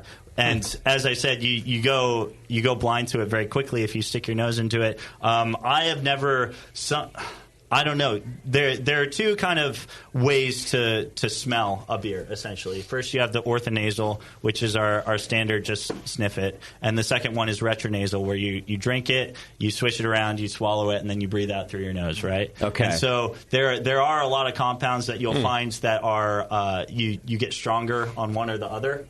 But this one, almost exclusively, people get on the So can I use this as a bar trick, where like the next time some beer geek goes, "Hey, this beer tastes skunky," I could say, "No, it doesn't." And they're going to argue with me. They're going to argue with me for 5 minutes before I say, "You can't taste skunky. You can only smell skunky." Trump card, bam. Is that accurate? Would I be right? Yeah, you smell skunky. So I'm that asshole too. I'm like, I will bet you $20. It doesn't taste. I already see that happen. Yeah. Well, and then he'll go, "That's not true," and you're like, "Fuck." Let's get another beer. Yeah, exactly. Sure. All right. Well, I won't bother tasting it then. Yeah. Okay. Well, I will. What happens if I taste it? So the compound is 3-methyl-2-butane-1-thiol. Oh, of course. Yeah. Easy, right? Usually 2-thiol there. Sometimes we ask the obvious questions just for the listeners. Yeah, we know. Yeah, good Samaritans. I hear you. Yeah. Most people call it 3-MBT, and it's obviously produced. It's sunburned beer at the end of the day, and that's why the majority of beer producers, they bottle in brown bottles or cans. But I actually have, and this is important to note, that just because you're bottling in brown bottles doesn't mean your beer is totally bulletproof on this one, because I've had beers that have been bottled in brown bottles that still have been light struck before. Interesting. So it's all about decreasing, minimizing that effect. But if you're sitting it, on the shelf right next to a fluorescent light, then it'll go pretty fast. And this is something that people pick up in nanograms. And some people even pick it up in picograms per liter. So that's a millionth of a gram that people are picking this up. So it's very odor active. Yeah. And it happens very quickly. It's all about light hitting isomerized alpha acids. So you need to be careful with this one. So in my glass doors full of bottles behind my bar here, we sell bottles here at the Hop Grenade too, we have fluorescent lights that we've wrapped in like amber tape. And then, of course, most of the beer that we sell is in a brown, or amber bottle. Yeah. Is there still a light struck component happening there? So I'd imagine there would be. Okay. I wish I could tell you the exact rate that it's happening. Yeah. All I can tell you is I was in a bar about a year and a half ago, and I went in. One of my friends and colleagues, he had just passed his Cicerone exam, and so we bought a bottle, a nice Belgian style ale, in one of those really thick 750 ml bottles. And as soon as he opened it, we were like, that's light struck. And so I have no idea how long it was sitting there. It was right up against the light. Yeah. But point is, it can't happen. It was obvious. That's one of the few times I've ever picked it up out of a brown bottle. So realistically, it's probably a very minimal risk, but important to just curious. Is there a difference between like light struck hops pre-brew versus being light struck in the bottle?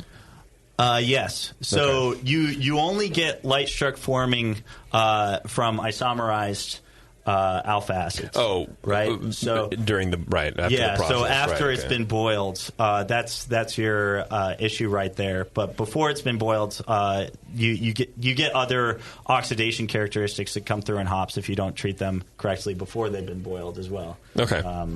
Because hops are fun to work with. Yeah. All right. What's next? Right. So next up, and this is one that you can both get on the orthonasal and retronasal. So I'd recommend swirling it, sticking your nose in, giving it a 1 second sniff, and then tasting it and exhaling through your nose as well. But this is papery. The compound is trans-2-nonenal. And this is indicative of aged beer at the end of the day. Okay. And it's mainly you find this characteristic in lagers or low pH or beers with very little specialty malt in them. Or every imported beer I've ever bought off a warm shelf. Exactly. Okay. Yeah. So you get this, and as I say, it's a papery characteristic. Honestly, I don't really know how else to describe it, but it's almost like Naugahyde. That's nasty. Or like new plastic, or like fake like pleather. Plastic vinyl kind of thing. Vinyl, like a vinyl sticker. Almost. Yeah. You like those stickers, right? Or I would call it papery as fuck. Papery as fuck.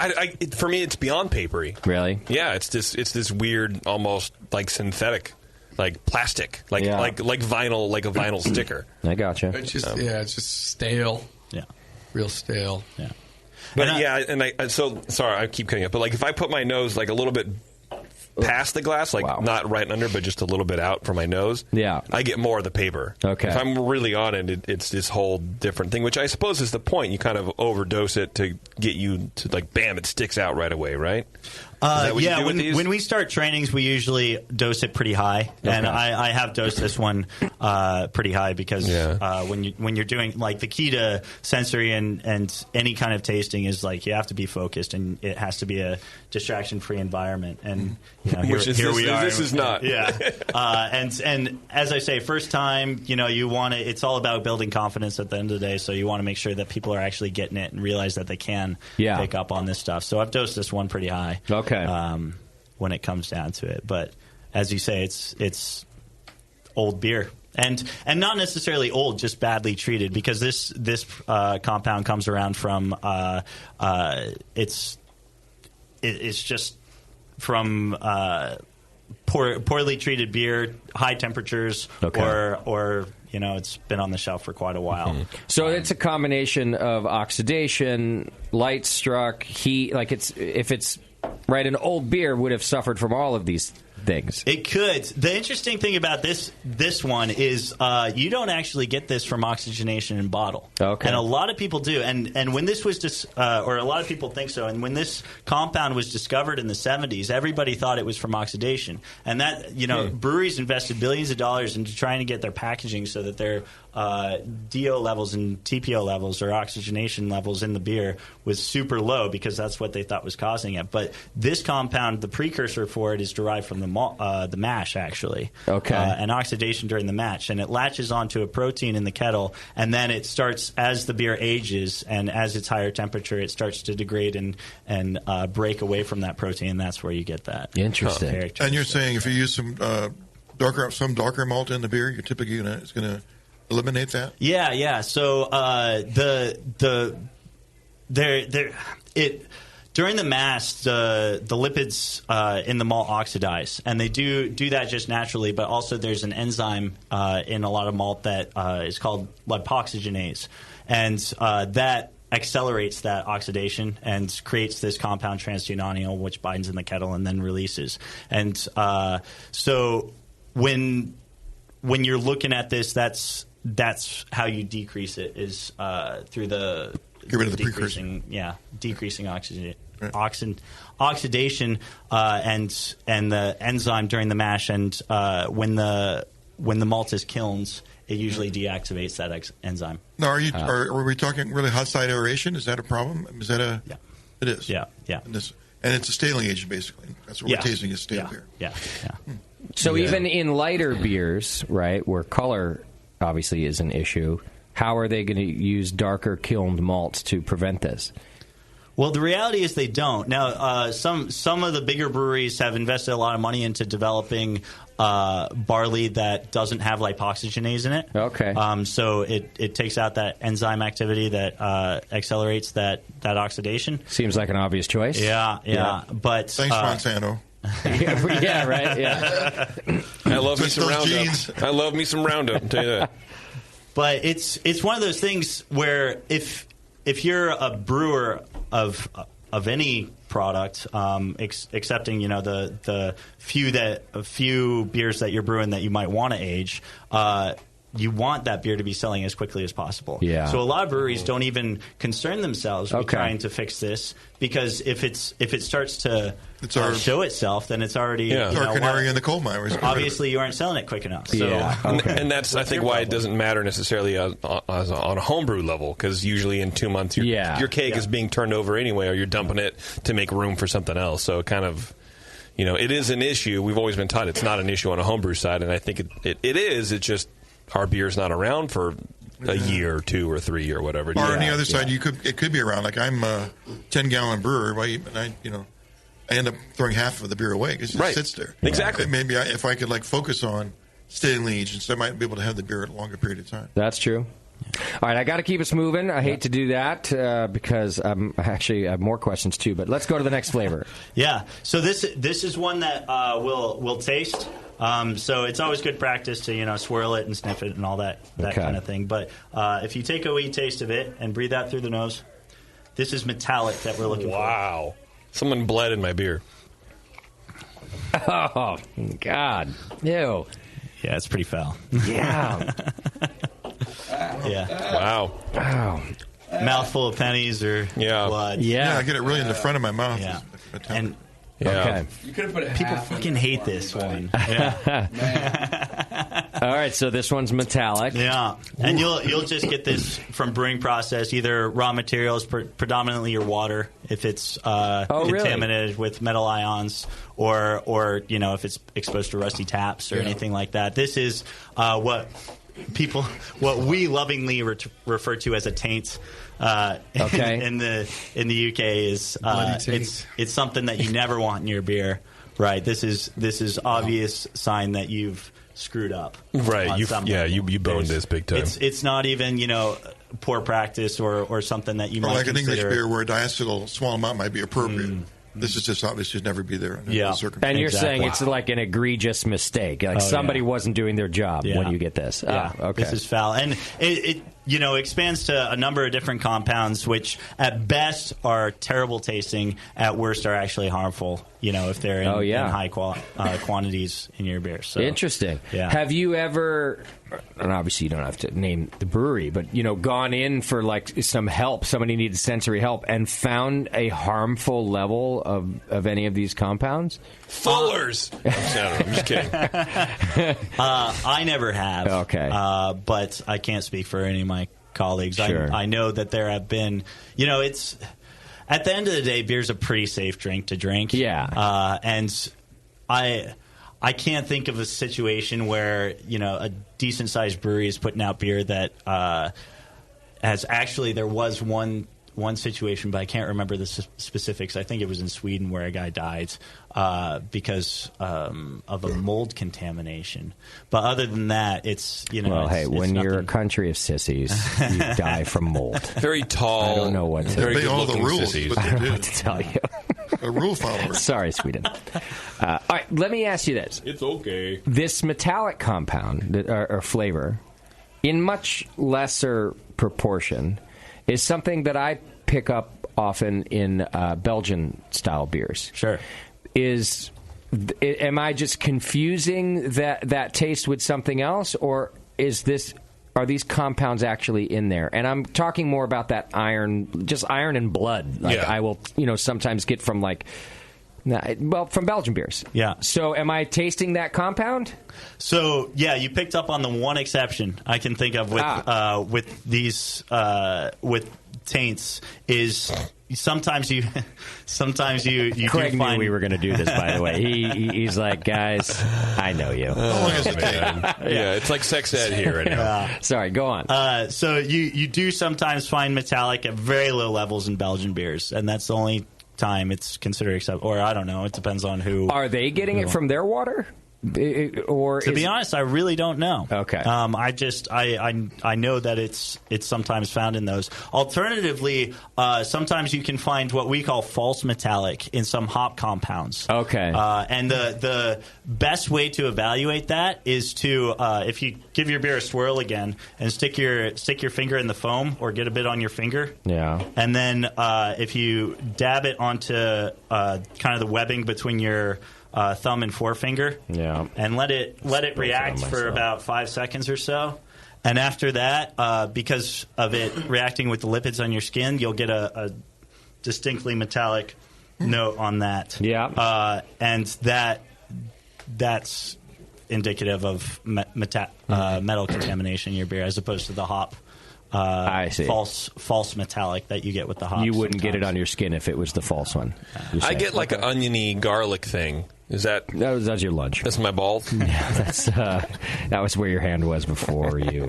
Wait, that's your hand shaking. I was just kidding. Yeah. Okay, it is. and let's go to number 4. Then. So 4 is one of my favorite flavors to talk about, actually, because I think it's very representative of the fact that, excluding taints, you don't get off flavors in beers. You get flavors in beers, right? So this is a compound called mercaptan, and you can get it on just a 1-second sniff. If you swirl it around and stick your nose in, just quick 1 second, and it'll be reminiscent of garbage juice. Yeah. But also, it's reminiscent of French cheese. So like camembert or soft French cheese. Now it's good. I knew I kind of liked it. See, before you were about to throw up, I know. And then you're like, and then he said cheese, and I'm like, how changes. feeble our minds Right. are, and or easily changed like that. That's common, and we're common. We are basic right now. And that's what it's about. Is it's all about perception at the end of the day, and about style and what you're looking for in your beer. So mercaptan, it's another sulfur, it's another thiol that you can get from both yeast autolysis. If you're looking at lagers, if you're maturing your lagers improperly and you've got a lot of yeast still in there, then a lot of times they'll produce this when they explode and die. But alternatively, you get this a lot in New World hops.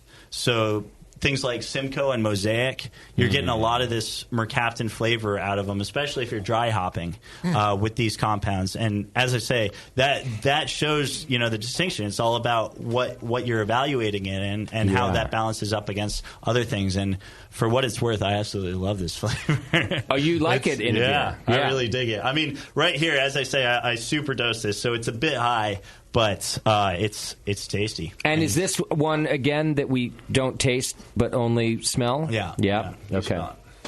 But you can get it both on retronasal and on orthonasal. See, this one, and I'm going to drink the Control again just before I say this, but to me, it's actually a mild flavor. To me, the different. So even though you're saying you dosed it quite a bit, and so maybe that means I don't perceive it as much. I don't. Sure. My senses don't pick up on it, because that's super mild. You had to really tell me there's something wrong with it. Right. Actually, I get it more in the aroma than I do the flavor. Yeah, for sure. And this is but again. Even then, for me, against the Control, the aroma's not a big difference. Mm-hmm. Yeah, I just don't pick up on it much. Yeah. And this is the fun thing about sensory. As I say, it's like everybody has their own thresholds, and you've got average across the board. Within a nation or a demographic or globally, you kind of have an average, which we base a lot of our thresholds off of. But there's certain compounds which I'm not sensitive to at all, and compounds like sulfur compounds, which I'm super sensitive to. Whereas I know several other people who, because they were exposed to a lot of sulfurs when they were little or what have you. I don't know how many West Coast IPAs you drank, but that could be a factor. When I was 7, a lot. Yeah, all the time. All the time.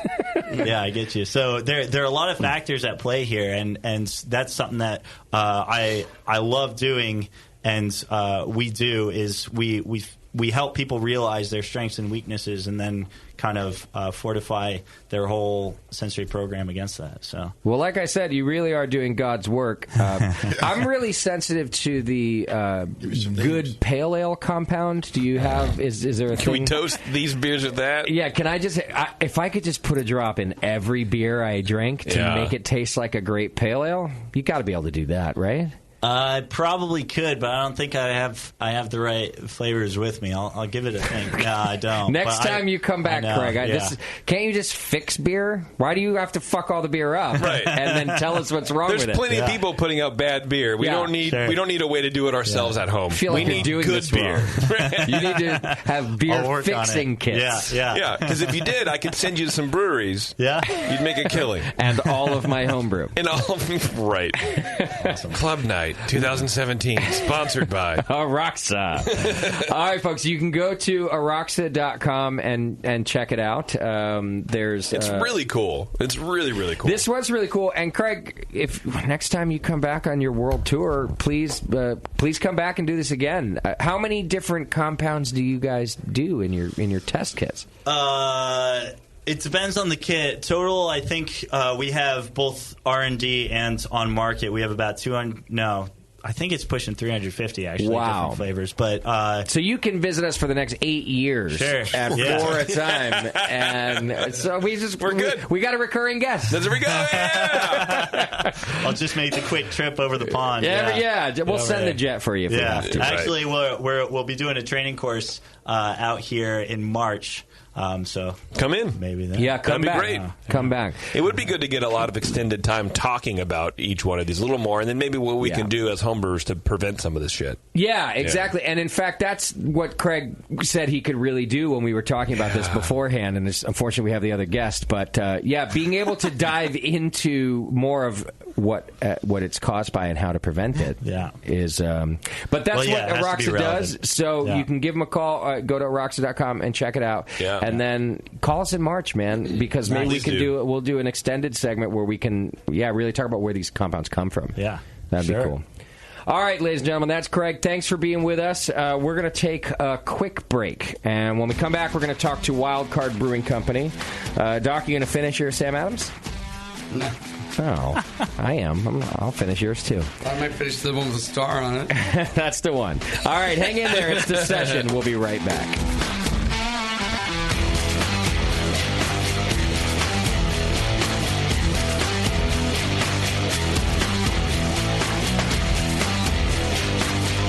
You're listening to the Brewcasters. On the Brewing Network.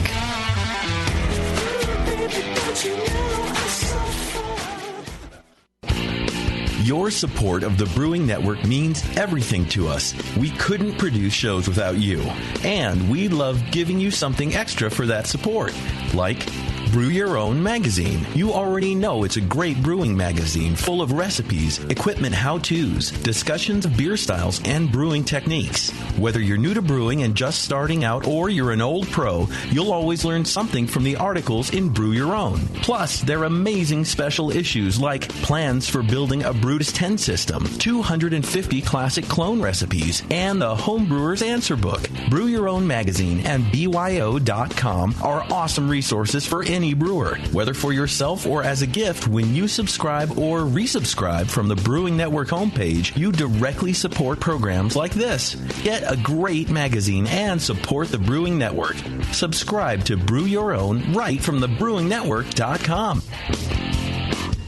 Do you you know the 3 most important rules in brewing? Sanitation, sanitation, and sanitation. And no one does it better than 5-Star Chemicals. 5-Star knows sanitation. You can only sanitize clean equipment. And 5-Star knows how to clean, too.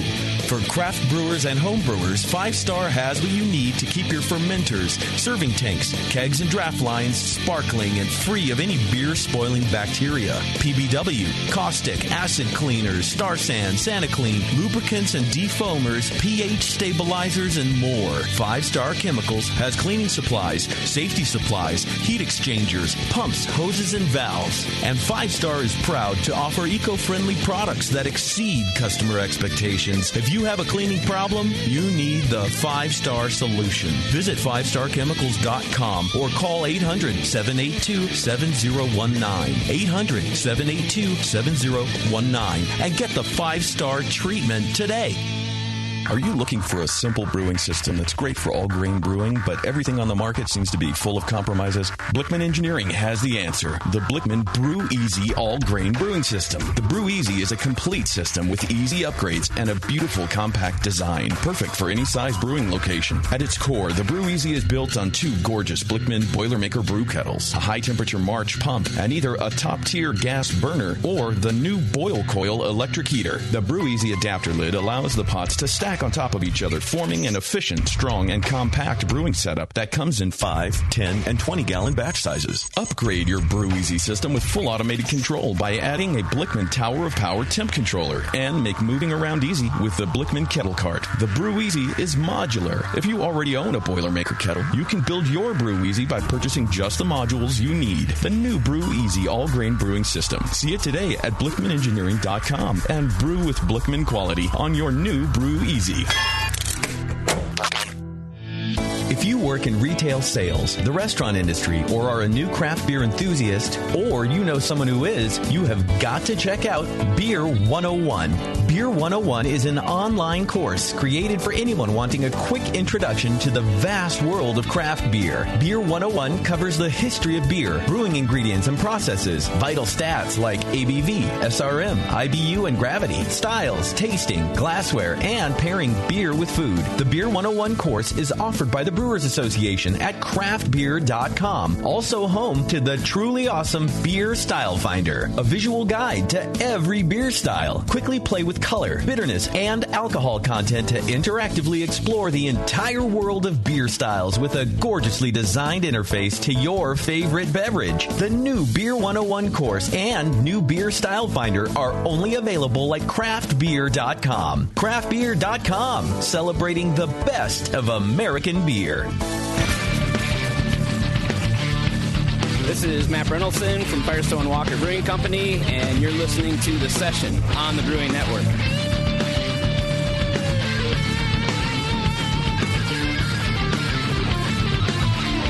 Welcome back to the program. Thanks for hanging out with us. Thanks to Aroxa and Craig for coming in here and tainting us. It was nice of them to do. Before we move on with our next guest, don't forget about the Beersmith homebrewing software, the best software there is out there. You can go to beersmith.com. Professionals use it too, JP. I love professionals. Not just me. No, but professionals. But actual professionals. Yeah. Beersmith.com. You get a free 21-day trial. You can go check it out so you don't have to take my word for it. And it works on a PC and a Mac, and it does all the things you think you need it to do and more. And Brad's a good guy over there. He's taking care of you homebrewers by keeping his software up to date and the best piece of homebrewing software out there. So beersmith.com. Check it out. Wildcard Brewing Company is in the studio with us right now. We've got Jeff Hansen and Andy Crocker here to talk beer with us. Welcome to the studio, guys. Hey, thanks for having us, guys. Thank you. Jeff is the Anglo-Saxon American-sounding one, and Andy Crocker is the very strange accented. We're not sure where he's from yet. Australia. Yeah, London. Australian. East of London. Yes. Somewhere in the Commonwealth. Far north England. Okay. Yeah. You guys managed the Beatles. Andy actually, in his former life, managed the Beatles. Andy's 79 years old. ladies and gentlemen. But he just got his first brewing gig or something. Is Wildcard your first brewing gig? No, I was brewing back in Australia. You were? So, okay. Yeah. So. All right. We're going to learn about these guys' history. It does. It counts. Yeah. It counts. We had to convert everything to metric after we hired him. So he did you a favor. You should pay him extra for that, right? Yeah, well, we were very confusing. We were actually half metric, half really? imperial. And he was like, what's this bullshit? Yeah, so he still has to use some, like when he orders stuff. Yeah. He has to order it in pounds and... like 11 pounds, which I think is that 5 kilos? Yeah. Yeah, so he has to order in 11 pounds because they won't take the order in Did 5 you give kilos. him a little like flashcard with all these little the most common conversions? Yeah, it's taped up on the brew house. Every keg has I've got an app, Justin. You do? Yeah. Of course you do. See, me, I'm such an idiot. Flashcards. It's like, why am I still living in the 80s? Because they were kind of the best time. I guess you're right. Yeah. Either that or the Australians are just more advanced. He's like, we have apps for that. That's right. Yeah. Well, he couldn't get them until he came here. It was a fairy tale over there. Down there. The internet was a fairy tale in Australia. Okay, so let's get to know these guys. Jeff, you are one of the founders of Wildcard Brewing, is that right? I am, yeah. I like to say I'm the founder, but my wife likes to say I'm the co-founder. Good call. So, yeah. My Just wife give her a and I... fancy title, no money. That's all you need to do. I was supposed to pay her? No, yeah, you don't have to pay her. That's great. She writes the paycheck, so I'm the one who... Yeah, I'm pretty sure you get the fancy title and no money. That's correct. Okay. Yeah. Okay, so the two of you started the company? We did, yeah. So... when? 2000. Well, the company started in 2012. We just had our 4-year anniversary in November. Congratulations. Thank you. Yeah. But we started the plan for this back in late 2008. I was working in the grocery business, and our hobby was kind of going to breweries, and we met all these super cool people who were always like, oh, man, you want to start a brewery? If you ever want to do that, just hit me up and let me know. I'll give you all this information. I was like, this is totally different than any industry. Right. Yeah, I thought business people were supposed to be evil. And, friendly people, yeah. Yeah, and so then I kind of got into this brew school in England that I had applied to and not told my wife about. Really? And then I... Wait. All right. So you've got your day job. I've got my day job. At the grocery store. Yeah. Or in the grocery business. Mm-hmm. And you secretly, you hear online about some school in England? Yeah, so, well, it actually happened. I was apprenticing at a brewery 2 days a week because I had Tuesday and Wednesday off. Okay. And my wife had a normal job. So I was like, well, what am I going to do Tuesday and Wednesday? I could either drink beer or go make beer and drink beer. That's cool, yeah. Or just sit home and watch porn. I could do that as well. He probably did that for about a month. And he was like, well, all right, then I'm done with that. Yeah, then I got the end of the internet. And so he had went to the school, and I found out about it, so I applied. Okay, secretly. So you apply. You find out about this brew school in England, and you secretly apply. It's secretly, but is it a secret if you just don't tell them? All right, I'm with you. I've used the same argument before, if that's what you're getting at. They think it is. If that's the road you want to go. I feel like by definition that's a secret. Shut up, Bevo. Sorry. Okay, so anyhow, and you one day receive an email back that you've been accepted? Yeah, well, about 2 days before that, I kind of put my notice in at my job. Oh, Jesus, okay. And then luckily I get it. Was that not secret as well? No, I called her on my lunch break and told her I just put my notice in. Got it. All right. So that didn't go over so well either. But then I got this and I was like, hey, Jenny. Messed up the rest of her day. We can either you could support me and we can keep living in Santa Cruz, or we can move to England. Luckily, she was as wild card as I am and was just like, let's go. That's cool. Yeah.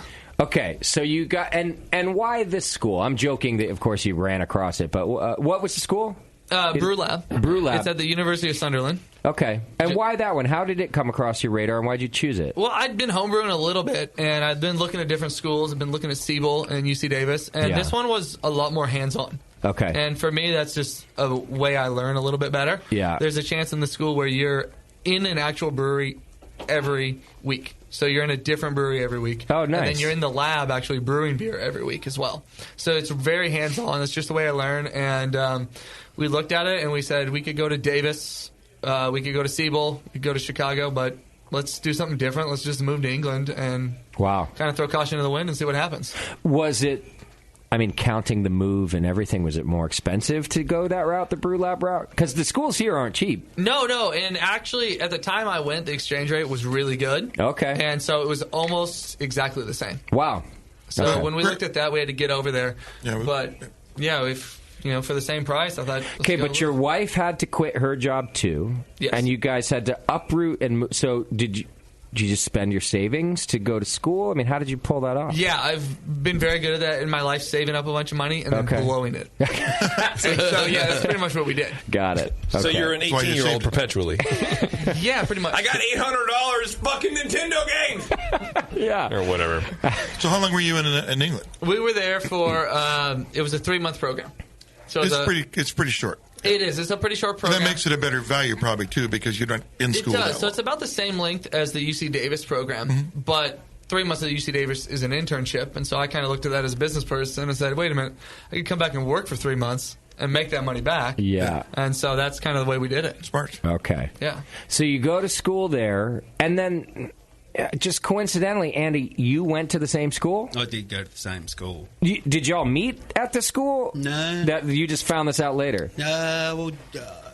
My wife is a friend of Jeff's from Cal Poly. Yeah, okay. And we're up here travelling, and Jeff mentioned the school to me a couple of years ago. Yeah. And, I was looking to get into brewing as well and struggling to find my way into a brewery without any experience or commercial experience, and I ended up heading over there as well. So, Got it. And the program's come a long way since Jeff was there. There's new lecturers and things like that, and it's you were saying it's quite a short program, but it's 9 till or 8 till 6 every day. Well, I've heard great things about it. Yeah, it's a great program. Yeah. So you're saying you have a better education than Jeff? I've got a much better education. That's proved every day, probably. So, are you the head brewer? I am the head brewer. Now, just out of curiosity, why did you, as a business owner who went to brewing school, you've chosen to hire a head brewer as well instead of doing it yourself? Well, I've done it a lot of it myself, and I think the time when I needed to hire a head brewer came when I went to answer a business call while brewing, and I lost my phone in the kettle. Oh, shit. Which is funny until you've got 500 gallons of wort in the kettle. You then have to transfer over to another tank to fish the phone out to do it again. And it's like, you know what, I've got a lot of things going on, and I really wasn't able to be concentrating on the beer solely. Yeah. Like, I need somebody who's in here. Did you call your mother back after you dropped the phone in the... Yes, Mom. Yes, Mom. Mom, work. Oh, shit. You know, the worst thing was that month, and then I broke it 2 more times in the same month, is that was the month where we were like, oh, we're finally breaking even. If you took my cell phone cost out of there, it's like, oh, we would have made money. We would have made money. We would have made $89. Yeah. Mom! I'm sure Jenny was really happy about that too. Do you mind if I ask how long you were in business before you were able to break even as a brewery? Yeah, well, we started a little bit unique. So we didn't have a whole lot of money to start. So we started off contract brewing. So we had a tap room, a pilot system, which we got from More Beer. Cool. And started off contract brewing for the first 10 months. So then we got the financing to do it and got going. But we were a good 3 years in before we started seeing the numbers at the bottom not be red. Okay. Yeah. God, that scares the shit out of me. Yeah, and to be honest, if you're looking to start a brewery, you should be absolutely scared or way overfunded. Right? It's a hard time to do that. It is, and one of the things we've noticed is the market changes every year. Every time we think, hey, we've got this dialed, we're changing our philosophy on package, or we're changing on this, we change it, and it's great, and then everybody else changes. Okay, yeah. So it's really crazy. And being up in Reading, we kind of do a Dr. Jekyll and Mr. Hyde. Up there, we sell a lot of our Pilsner, our 530, which is our lighter style ale, and our IPA. Okay. All of our one-offs, we sell mostly through our tasting room, a couple craft beer bars up there, but in our self-distribution in the Bay Area. Is where we move the majority of our one-off beers. And you're just to give, most of our listeners are not in California. Reading is what, 3.5 hours? 3.5 hours to the Hop Grenade, which would be the closest stop in the Bay Area. Yeah, and we're like the edge of the Bay Area. We are, and you're self-distributing down here. We are. We met with every distributor in the area, and a lot of really nice guys, but what we found is we're too small to be in the big guy's house. And a lot of the small guys have 50, 60 breweries in their house. And what we found is that Wildcard is the last one in their book. Sure. So it can be really tough, and it's always got to be the new thing. And maybe if you started your name with an A. I thought of changing the company's name to A Wildcard. There you go. Yeah. Simple. These are actual real thoughts that you have when you own companies. They are, right? Yeah. Like 4 in the morning. God, you're a genius. I'm a genius. One wild card. It's like the old phone book when you'd have AAA. Yes. You know? But for us, it was also, we wanted to get to know the people who own the bars. We wanted them to know us, and we wanted to make sure that they were getting beer at its peak. Okay. We wanted to make sure that was fresh beer, especially with hoppy beers. This year we embraced IPAs. We fought them for the first couple of years. Said, hey, the IPA market's going to turn around. It hasn't. And so we finally got smart and started making more IPAs, which is Andy's real strong suit. He's a hophead. I'm more of a mullet forward type guy. Okay. And so when we brought Andy on, I wish you said mullet forward just then. Mullet forward? I don't have enough hair for a mullet. In the back, amazing. I might. Yeah. That would be amazing. I bet at one point in his life he was a mullet forward kind of guy. You think so? Did you have a mullet in the 80s? In the 90s, sorry. I was going to say, You're not that old. Yeah, I'm not that old. But you're probably younger than I am. How old are you? I'm 33. You fucker. He's younger than both of us. Yeah. That's he bullshit. wasn't even alive in the 80s. He's the youngest person. Well, no, Bev, you're like 45. My soul is old, but I'm only 33 What also. about you, Andy? Oh. Andy's 23, I think. Andy's not even born yet. Yeah. Andy's prenatal right now. No, I'm 37. Oh, okay. Well, in American youth. Yeah. He's Tasty's age. Yeah. How quickly do you... I feel like Australia is a place where you age faster than on the continent, right? I think you have to. I think you have to grow up faster. Yeah. Survive. Okay, sorry. Yeah. It's okay. It won't be the last time that happens. Yeah. Have you been in any bar fights when you lived in Australia? Well, it's funny. As a kid. How did you start? Yeah. Well, it's funny you asked that because I was talking to Justin's beautiful partner outside here just before. She is quite a lovely woman. She is a lovely girl. Kate the Great. You're talking about Eric? And Eric. It's my other woman. Kevin. And she was saying to me how when she was in Australia last year with you, she Yeah. was driving along and there's like billboards. Yes. Over here the billboards are don't drink and drive. In Australia, the billboards are don't drink and fight. Yes. It's a real thing. Do you know who you're beating on? If not, please call 800. It's always like, all right, ours are like a crumpled up car, right? Yeah. So honestly, they're not even that graphic because they just show you the equipment, not the person. Okay. In Australia, it's like a bloodied up guy sitting on the curb, like with his head in his hand. Jesus. And it says like, be a mate. Yeah, be a mate, don't drink and fight. That's the thing. Yeah. Be a mate, don't throw them fists and hate. I don't know. Don't kick his face. To be fair, we don't have guns in Australia and knives are illegal. Right. So all we have is our fists. Right. I'll give you that. That's very foreign to us over here. It is, yeah. Why would you fight with your hand? Yeah. Right. Wait, if I say something, you might punch me? Oh, big fucking deal. Yeah. Whatever. No wonder you guys fight all the time. Because you're not going to get stabbed or shot. Yeah. Wait, and knives are illegal? Yeah, knives are illegal. Really? Oh, big ones? So my first biggest... What do you guys kill things with? Well, we don't kill things. Oh, we just beat them Come up. on, you got all the poisonous stuff. They kill us. That's right, they kill us. So. Yes. Spiders. They haven't learned about Darwinism. Spiders yet. and snakes and shit, man. So my first biggest thing when I moved to Reading was that everyone was walking around with a knife in their back pocket. Oh, God, yeah, right? And I'm just like, what is this? What is this? This is insane. Like, and we're not even talking about the conceal and carry permits yet up in Reading. Because those are concealed. Yeah. Yes, they are. Yeah, it's like people walk around with knives in their back pockets. Yeah, I have one in my front pocket. We've had a couple bartenders. He does. Take Doc, the straight empty blade the out. contents of your front pocket right now. I bet there's a knife in there. We're going to find this out. Doc's very American. He probably also has like an AR-15 in his Hummer parked outside right now. There's a knife in his That's not a knife. That's not a a knife. pocket knife. This is a knife. Still a knife. Have you ever seen Crocodile Dundee? That is not a knife. Still a knife. You want to see me use it? It's actually sharp as fuck, that little knife. But it's also like a 3-inch blade, so everyone just calm down a little bit. All right, I'm going to have to be the mom right now, Doc. I'm going to need you to put that away. Put the knife away. Doc. Proxy mom. Don't wave it around. Stop it. It's scaring me a little bit now. You're grounded. Yeah, you're making Andy nervous. Okay. I'll hit you with my fist later. That'll make you feel right at home. Welcome to America. God. Okay, so back to business. So Andy coincidentally went to the same school. Chose it for the same reasons, a hands-on experience. Hands-on experience. It was a 12-week program. We got to brew individually every week. Okay. With our lecturer was the head of Heineken, Scottish Newcastle for 35 years. Wow.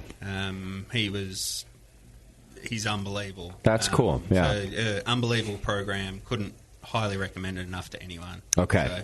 So then you came back here to the States, married to get a green card, obviously. Oh, yeah? No, he did it backwards. He did it the legal way. I'm totally, obviously, still fucking with you. You got an anchor, baby? Andy's US wife government is a protocol. I know, of course. Here for legitimate the reasons. U.S. government, don't listen to me. Andy's wife's a wonderful woman. They know each other very well. They're clearly in love. I'm sure she knows what color his toothbrush is and whatever bullshit questions with the you have. death at the moment. I tell you what, thanks, Justin. They watch that Gerard Depardieu Yeah, they're film, listening Green Card. to the show right now. So he knows not to say, "Oh, I always get that one wrong." He's like, I don't even remember her name. Wife B out there. No, but you come back to the States then after school, and you're looking for a brewing gig. No, I actually went back to Australia. After school, and I started working with a couple of breweries over there. Sorry, that's all right. There you go. Yeah. So I worked with 2 breweries back there in Melbourne, in my hometown. The Wolf of the Willows. I'm going to give them a shout out. Cool. That's all right. That's Wolf of the Willows. If you couldn't understand the wolf in the willows. So I know. Okay. Yeah. I heard wolf in pillows. So of course you did. I got hard. So my buddy, I spoke to my buddy earlier, who you know very well, Ben. Yeah. And he said to me, if there's one bit of advice I can give you tonight, is you need to slow down because no one's going to understand a fucking word you're saying. And you have slowed down a little, I can tell. Well, I'm trying. Yeah. I'm trying my best. But so the Wolf of the Willows back in Melbourne and Bad Shepherd, who I believe you know as well. Yeah. Derek Hales. That's right, yeah.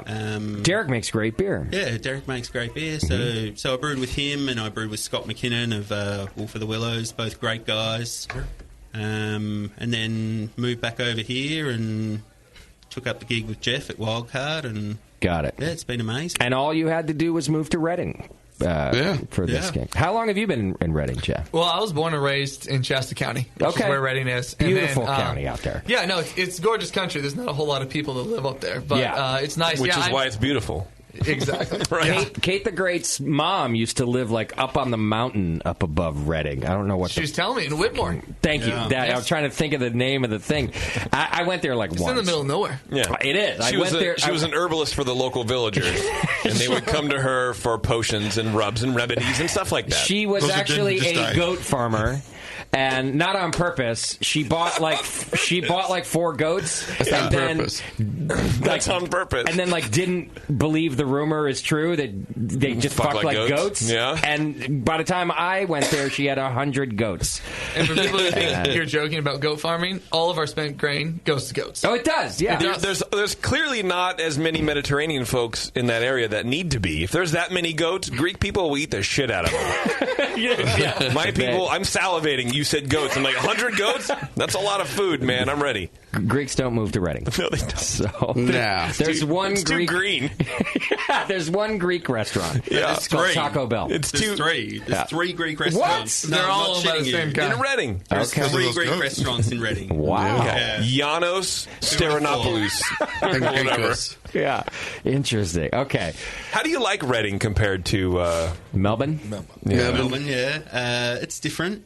Yeah. And, so Melbourne and San Francisco, where we were living before we moved up to Reading, very similar cities. Oh, really? Oh, I've travelled a lot, and there's no 2 cities that I consider more alike. So you have a lot of bums in Melbourne. Able to take a shit right in the middle of the shit. Shite. Yeah. That's cool. That's cool. That's pretty cool. Well, yeah. I mean, because you would think you're traveling around, you see similarities in some cities, but it sounds like it's our sister city. They're pretty good. Yeah, it is a sister city, but that's cool. Reading's different. Yeah, that way.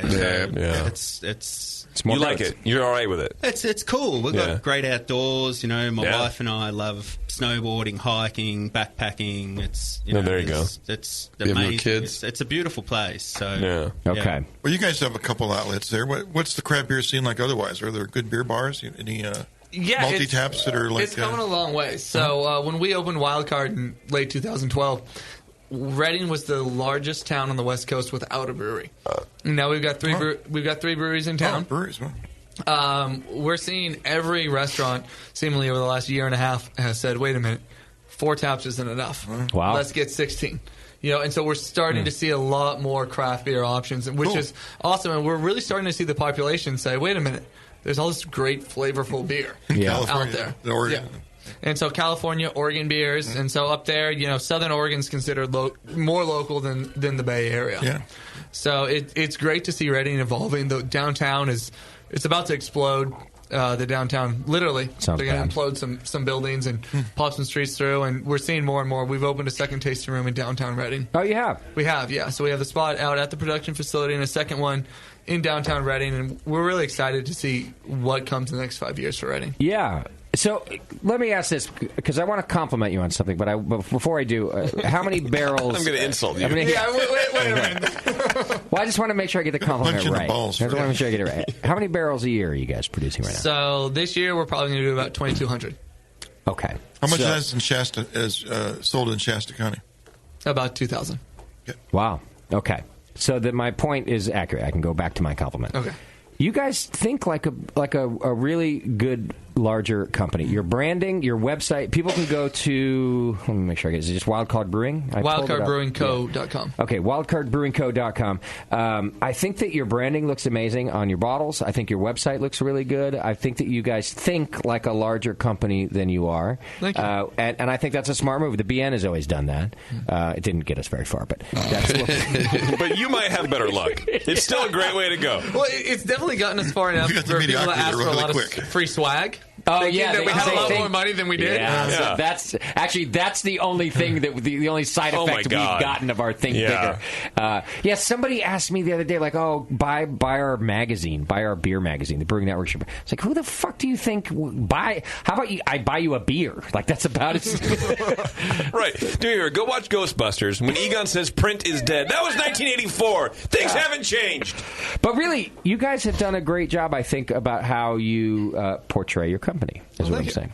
And then moving on from that, let's talk about the beer, because the beer is really good too. The glass, the beer I have in my glass now, clearly Andy must have named, because it's called like Punch Out Pilsner or Absolutely, something. Teeth in a bag. Give your man a break. Come on. Yeah, I've got nothing to do with it. You didn't name this beer? No, I didn't actually, but I see the relevance now that you just said it. Are you looking at me, mate? Oatmeal stout. Blood in the bottle.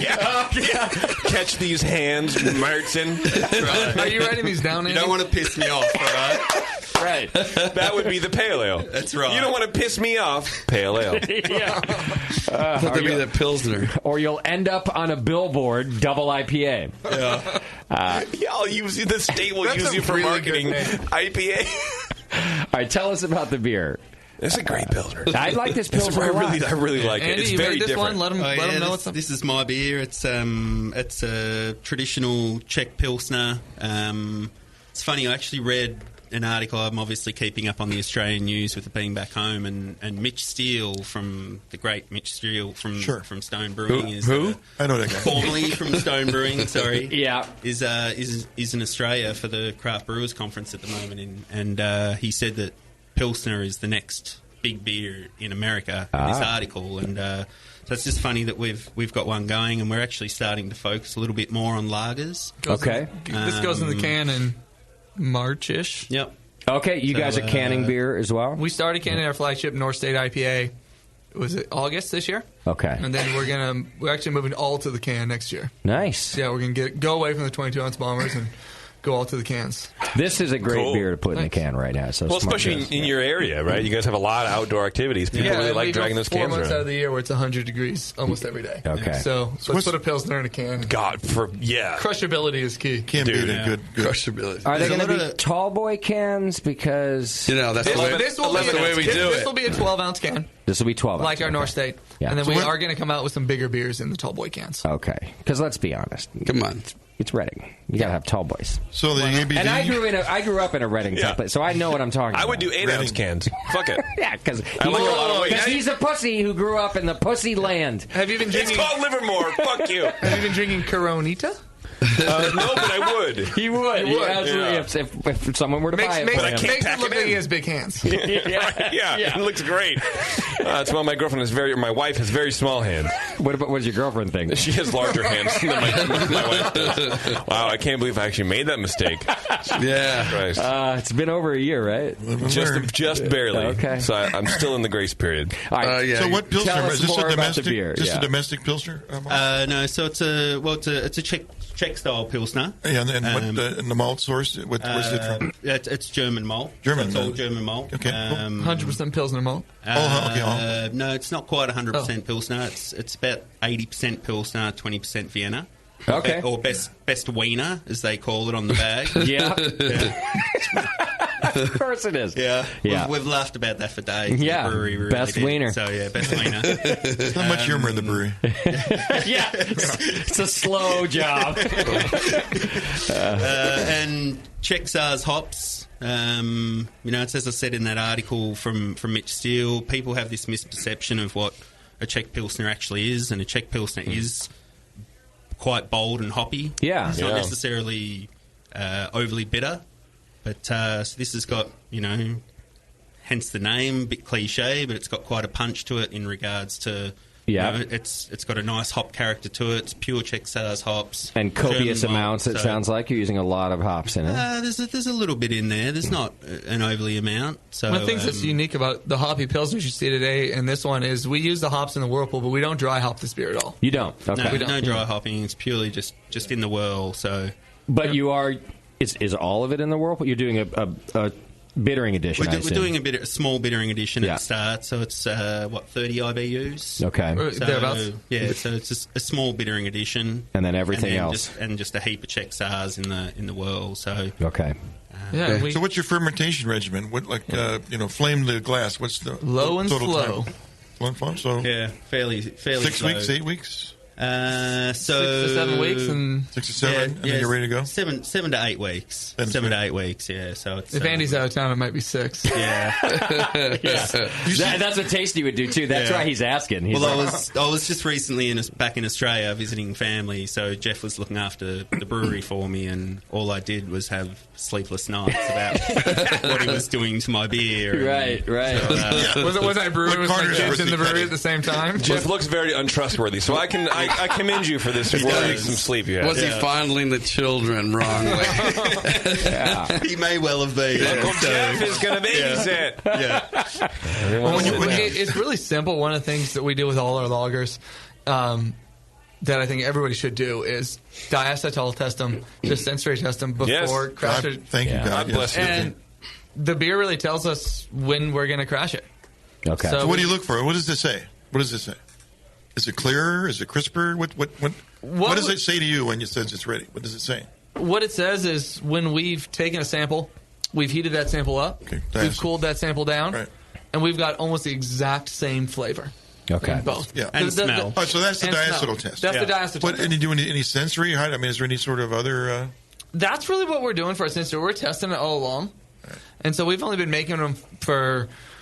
not quite a year now. Yeah, since we've been making lagers, so we don't have a lot to compare it against. We're tasting it all along, but the beer's not, especially lager yeast, is not going to be dropping out like ale yeast. You're not going to say, okay, this is getting clear, it's getting close. So with our beers, and then they take a long time to clear up because we don't filter any of our beers. Or nor do you find them, the lager. We do find our lagers. Did you find the lager? We do find our lagers. We find the shit out of that Pilsner. And it still doesn't clear up right away? I mean... it does clear up, but it takes a good week for us to clear it up. I find it heavy. Which is fine, because you're waiting for all the diacetyl to get consumed. Yeah. Well, this is after we've crashed it. Oh, after you crash it. After we've crashed it, we've got a good week on findings for it to clear up. I see. Okay. As opposed to our ales, which we're talking 2 days. Sure. So did you buy an extra fermenter to start doing lagers? That would have been smart. Okay. Yeah, that would have been smart. So, well, you know why I ask, right? Because most brewers come in and say, we'd love to do more lagers, but and you're even proving it by talking about how long it's going to sit in that And for us, though, what we've said is I'd rather, we've got 10 taps at our bar. Okay. I'd rather run down to 8 taps and have some super high-quality lagers on tap than have 10 taps of IPAs. I think not only is that a good business decision, it's knowing your market. Like JP mentioned, too, like it's just, I think you really know your market up there, your local market. Yeah, absolutely. And that's where we really concentrate on. We like to sell out, not sell out. Unless somebody's making an offer. Yeah. But we like to sell. We will all sell out. We like to sell outside the area, yourselves. but our focus and most of our time is spent in Reading and Shasta County in that area. It's where we're from. It's where we want to sell the beer, and local is everything now. So we're able to sell to a lot of beer bars in this area. Yeah. But those are all rotating taps. Okay. Well, Andy, I got to say your beer is better than your look. Thank you. Yeah, I worry about you when I look at you, but when I taste your beer, I think it's perfect. Well, hey, I spoke to you about this just before. So, before I was a brewer, pardon me. I was a male model. No, I wasn't a male model. He practically was, though. When I met Andy, he was all clean. I was. He walked in today, and I was like, "Are we letting the homeless in the bar now?" And I didn't even recognize him. Yeah. No. Well, look, I've I was an IT professional for close to 12 years, and 001001110. That's right. Right? Yeah. He is. You've nailed it. Right. He checks out. So I don't have to punch him in the face. So now I've got 20. No one to answer to except for Jeff, obviously. Yeah, you actually have a lot of people to answer to. Oh, sorry, and my wife. Hold on. Yeah, and I was my going to wife. say, and Jeff's wife. Yeah. Jeff's butthole Andy will be okay. Jeff's butthole just puckered. He's like, all of our customers. God. Yeah. Reading. You have Reading to answer to. Shasta County, fucker. So no, look, I like to think I've gone with the I can do what I want look. Okay. Yeah. You look like a typical American brewer. Well, that's what You're fitting right in. It's not really what I'm going for, but I'll take it. So. That's where they all gravitate to, I guess. Yeah. Look like a brewer. It just happens. It really should look like one. Yeah, it's like a natural process. Yeah. My wife's been hassling me to shave. I'm thinking about doing it this week, actually. So. Don't do it all at once. You're thinking about doing it. Just a She's 3-inch thinking about line it. Let's at a have her time. shave it at the bar in some sort of fundraiser. There you go. Right now? At our bar? Let's do it. You got some razors? Fundraiser. Yeah. And then we got some tweezers. We need a fundraiser just for the blades. Yeah, exactly. To send Bevo down to the CVS. Gonna do a fundraiser for that. 20-pack of disposables. All right. Well, we've got more beer to try, so I want to take a quick break and let's dive into the Wildcard beer. Does that sound good to you guys? All right. So we're going to take a quick break. When we come back, we're going to taste an IPA. We're going to taste an awesome porter and a barrel-aged version of it and a double IPA. All right. So we got lots to do. Hang in there. It's the session. We'll be right back. You're listening to the Brewcasters on the Brewing Network.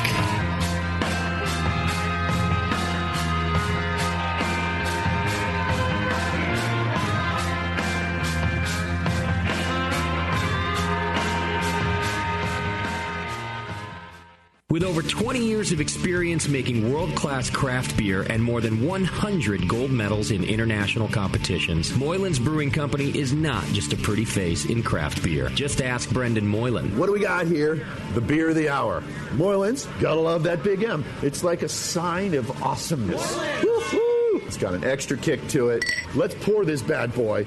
Oh, yeah. Oh, Moylan's. The end of the night when the kids are finally in bed, the wife's in bed, nobody's bothering your ass anymore. That's Moylan's time. Moylan's is for you. Yeah. It's to help you out. Yeah. It helps me out. What? Well, because it's freaking awesome. Northern California brewed. It's brewed with love. With love? Oh, yeah. Tremendous. And it's always best where? Moylan's. You gotta try it on tap at Moylan's in Novato. They're friggin' awesome. Not only because I own the brewery, because I love the beer. Cheers! Boom. Kilt Lifter Scotch Ale takes big beers to a whole new level with rich malt balanced perfectly with delicate hops, and now comes in 4-pack tall boy cans so you can take the party on the go. Or come to the brewery, take a tour, and try any of Moylan's fresh creations right from the source. Check them out at moylans.com.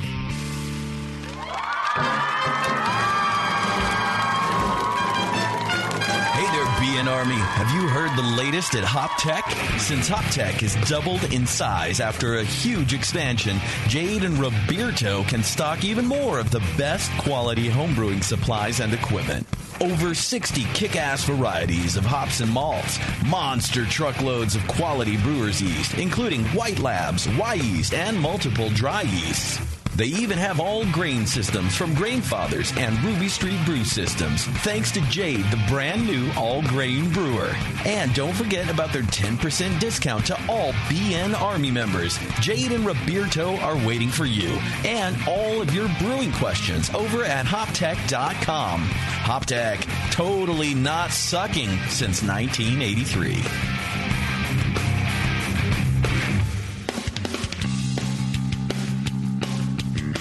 Hey, my brewing brothers and sisters. This is Jamel Zanishev, and I want to tell you about Heretic Evil Twin. You might be familiar with my homebrew recipe, which uses massive late hopping to create a balance between the malty sweet and the hoppy bitter, along with an outrageous malt and hop character. I wanted a beer with the same bold hop and malt character, so we played around with the homebrew recipe until we were able to make a great commercial version too. We've created a beer rich in malt character, full of caramel, toast, biscuit, and an ever so subtle roast note. On top of that, we piled in an insane amount of Citra and Columbus hops at the end of the boil, as well as in dry hopping. This damn-the-cost approach to hopping gives Heretic's Evil Twin a great blast of citrus and tropical fruit that can't be matched by any other hop. The result is a bold, malty, hoppy, but easy-drinking beer. This is our top seller, our flagship beer, and I couldn't be prouder of it. Cheers. To find Heretic beers near you, click on Find Some at hereticbrewing.com. Hey guys, what'll it be? I'm not sure. What do you recommend? A lot of people seem to like the Hefeweizen. Is that a German Hefeweizen or more of an American-style wheat beer? I'm not sure, but I can give you a taste. Okay, great. The Cicerone Certification Program certifies and educates beer professionals in order to elevate the beer experience for consumers. Unfortunately, not every bar is staffed with certified beer servers who can guide their customers through a beer list. Here you go, guys. Let me know what you think of the Hefeweizen. Oh, yeah. That's definitely more of an American wheat. But I can hardly tell because this beer just smells like sour butter. I wonder how long it's been since they cleaned the draft line. Yeah, and look at the bubbles on the side of the glass. It's filthy. Somebody should tell these guys about the Cicerone program. For sure. How about we head somewhere else for another beer? Your server should give beer the same respect you do.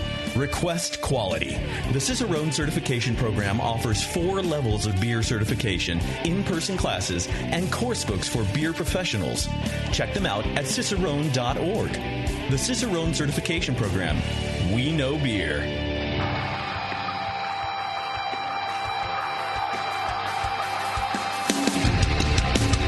Hey, what's up? This is Blake from Creature Comforts. You're listening to The Session on the Brewing Network. All right, welcome back to the show, and thanks for hanging out with us. Also, thank you to Nico Brew. God, I love Nico. What a great guy. Yeah, he could be more. He could be a little better looking, but his I don't hops even are know amazing. about that. I do. Have you seen him in a kilt? Yeah, a skirt. Yes, I have. His hops are great, but physically, yeah, he should maybe a rhinoplasty. I don't know. I'm just throwing numbers out there. I have no idea. You know, this is a subjective thing. Shit. Sorry. And I'm sorry. Are we on the air? I like him. Okay. Nico Brew has the hops you're looking for, from your standard recipe staples to those hard-to-find ones. After 7 years, also, they're still offering their famous $5 shipping. And with super fast turnaround, you'll be brewing in no time. All their hops are nitrogen flushed and vacuum sealed in Mylar packaging to make sure you get the freshest hops available. And they even have commercial accounts. Guys, Nico Brew will sell you hops commercially, available to pro brewers and homebrew shops as well. And coming soon, a complete line of pro brewing equipment. How did I not know about this probe? I should have talked to him about this. You should talk to him every Why once in a didn't he while. consult me about the pro brewing equipment thing? Are you opening a brewery? No. That's why. Okay.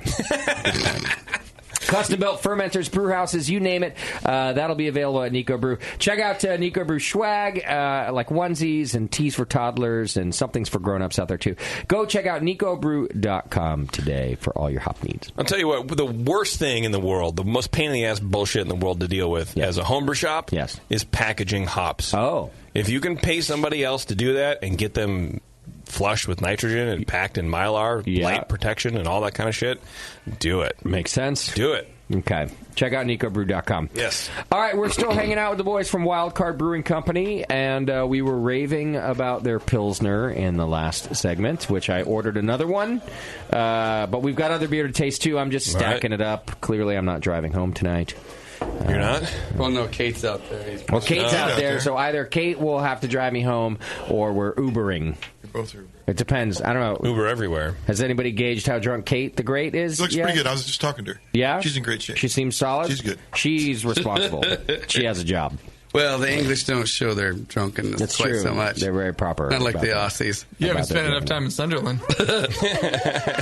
Aussies don't like to drink. They don't drink at all. At all. No. And they don't fight. They don't fight either. After all that not drinking. No. They don't like to drink, but they fucking do it. Yeah. What is the... Okay, quickly. Here we go. Please. Hey. Please. I've been waiting for this. Is this like a normal pub thing? Like your average pub? Or is it like we have... Okay, you gotta go to the fighting club. We have dive bars. Yeah. And if I go to the dive bar, I know there's a chance I'm going to get in a fight. Yep. There's a better chance I will Or at least start see at the one. fight. Yeah, or see Or cause one. But then there's bars like mine or other things, and it just doesn't happen. So are we just talking about dive bars when we're talking about this fight phenomena, or just bars? Air quote doesn't happen. So every bar or pub in Australia basically has security. Every one, wow. Every single one. It's illegal not to have it. So oh, wow. People just come in and get shit-canned. Yeah. And then they just punch on. Oh, my God. So it's just a thing. So it can happen anywhere. And does it start like just one guy? It's like it's just a fun thing to like just turn to your side and insult the guy next to you, or at least his girlfriend. Like what happens? What is the common? What's the best way to do pick that? A fight? Yes, thank you. Doc and I should never go to Australia together. I don't know. Yeah, is it like hitting on a guy's girlfriend, or what are you looking at? Walk up to the hottest chick in the bar and hitting on a girlfriend? You're looking at my hitting girlfriend? on a girlfriend, yeah, or just, I don't know, you might walk past someone and nudge someone accidentally or bump someone and just be like, oi. Oh, and that's it. Boom, that's it's over. Jesus. So it's I'm like so surprised I didn't get my shit beat when I was in Australia. Yeah. It's like overt. It's not where you can like misconstrue something. It's like I'm going to get into a fight. Pretty much. Okay. By accidentally bumping into somebody, or no, like on the way purpose to the or bathroom. whatever. I'm going to look for one. I'm telling you, that's what I mean. It's part of the tourism for me. We've actually considered turning all our pint glasses into plastic just because people will just grab a pint and just smash it in someone's face. So no, I was in Sydney at the pizza place and at 10 o'clock they pick up all the glassware. Oh, that's right. Cup. Yeah. That's true. I remember that they gave us plastic at 10 o'clock because nobody fights before 10, JP. No. It's you're too sober. We're a little feisty, to say the least. Yeah, a little. You got to ramp up a little bit. So Jeff's like, all right, so Andy can't close the tap room. We make sure he's off by 10 p.m. He has early morning hours, yeah. No, but I'm like a sheep over here because I'm... What's that mean? Well, I'm... a couple? No, like a sheep. Like I'm running... Follower. I'm running scared over here. Oh, yeah, so you're not with Longshoreman. Oh, yeah. I'm so worried about people with guns and knives. Yeah. I'll just whip out the fists and throw a couple. But here, no. But over here, it's like, oh my God, this guy, like... They got you out. Ammo. Yeah, they got See? more ammo. All you anti-gun people. Andy's great. You're defending our Second Amendment right now. Thank you very much. Hey. JP's about to do. I'm not defending it. Yeah, you are. Yes. No, I'm not. Well, you're giving. Well, you would. Hold on. We could understand you. I'm going to give you an example, right? So the other day, there was a shooting outside my house in Reading. Oh, Jesus. Right? Okay. No, I don't think it was in Reading. Sorry, it was in Palisadro. San Francisco. Sorry, it was in Palisadro. Gotcha. So anyway, moving on from that, because Jeff's giving me the evil eyes. Fair enough, yeah. I'll deport you. So one of the guys in the tap room said to me the other day, he's like, so you're going to go and buy a gun now, aren't you?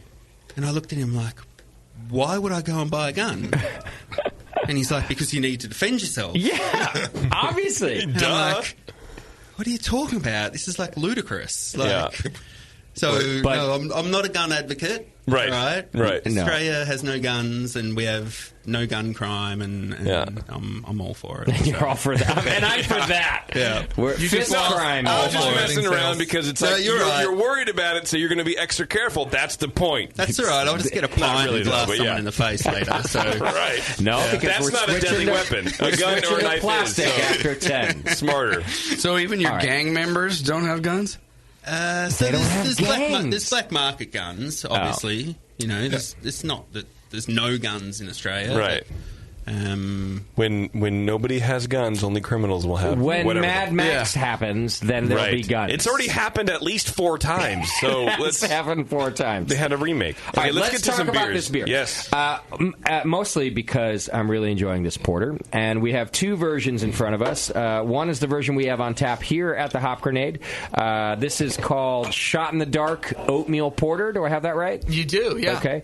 Tell us about that beer, and then we'll talk about the barrel version. Yeah, so this beer is kind of my baby. When I was at school, one of the things you were allowed to do was create your own recipe and then go and sell it to a bar. Oh, nice. Yeah, and so you kind of got the business side of it as well. And so this one we started over there, and we called it Chocolate Giant at that time because the immense amount of chocolate malt that we put in it. And it's gone through a couple incarnations brewing in the States, but this is what we finalized on with this oatmeal porter. It's dark like a stout, but we omit any traditional roasted barley from it, so you don't get any astringency.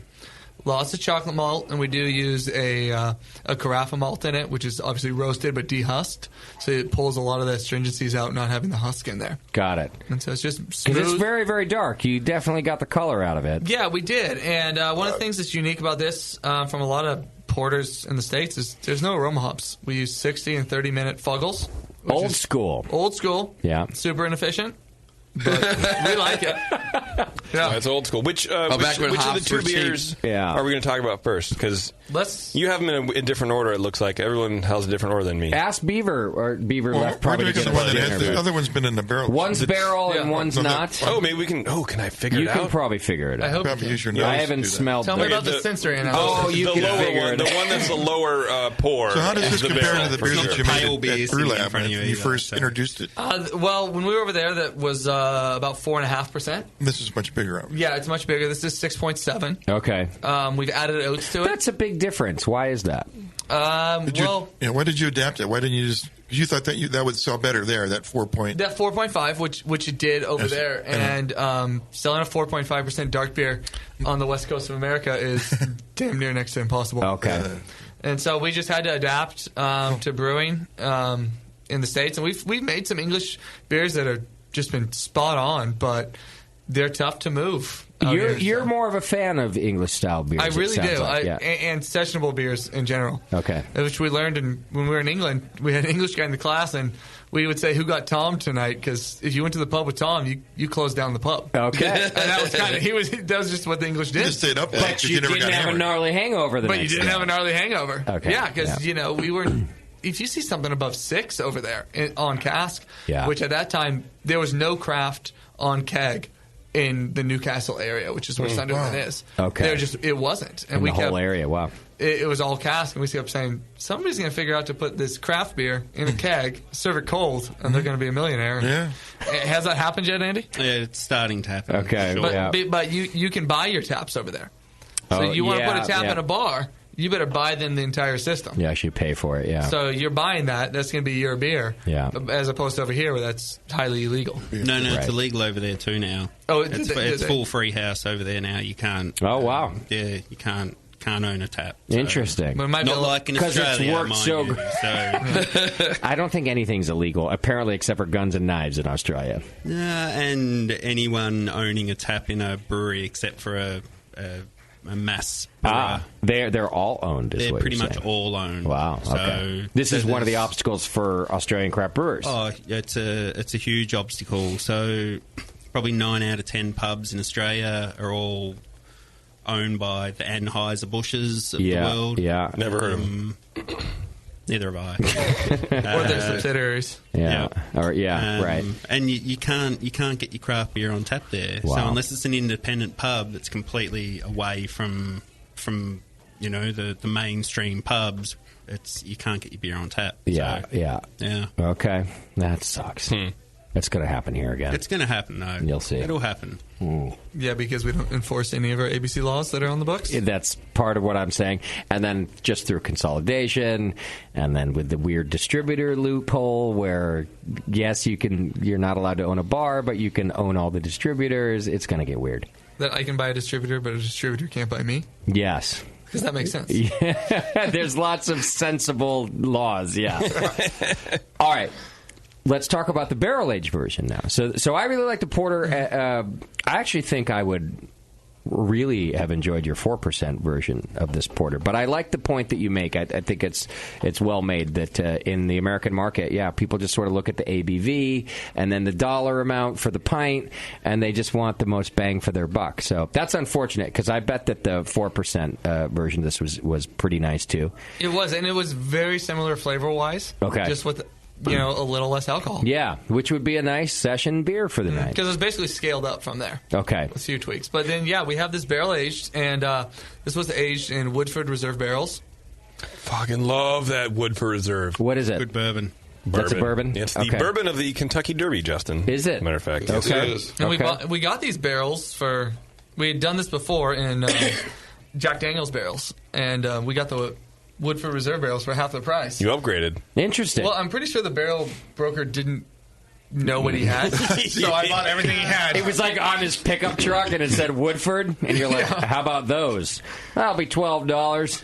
Kind of like that, yeah. You throw a zero at the end of the 12, and I was like, I'll take them. Yeah. Can ship today. Nice, okay. But and then we do that, and one of the things we do with our barrels is we try not to age for too long, but we taste starting at 30 days. This one ended up taking us, this was 5 or 6 months in this one? I think this was 7 months. Maybe 7. And we had a Scotch ale. Scotch ale, I think, was 6 months. Yeah, that we put it in the same day. Okay. No, Scotch ale was definitely less than that, but we've done as little as 45 days in the barrel before. These are all like new barrels, and all for or a blend of old and new. Bourbon's always a one-off. Yeah, it's been used once, the bourbon, or if we do wine barrels, we get different wine barrels, but then we steam sanitize them. So that we keep our beers non-sour. But not the bourbon. Not the bourbon. We go straight into the bourbon. Was there liquid in the barrel? That's actually a myth. I've never found any liquid. Because I always look for some. Usually there's a little bit of liquid. A little bit. Usually it's a little bit. Andy's like, I found the fucking liquid. Right. I got there every time I go to the barrels, it's gone. And everyone else is like, no, it was never there. Someone with the long... I don't understand. It's someone with the long straw down there. Andy's in the corner, drunk. Yeah. You're right. I don't know. They send them dry. But I'm always going to look at them first. So, okay.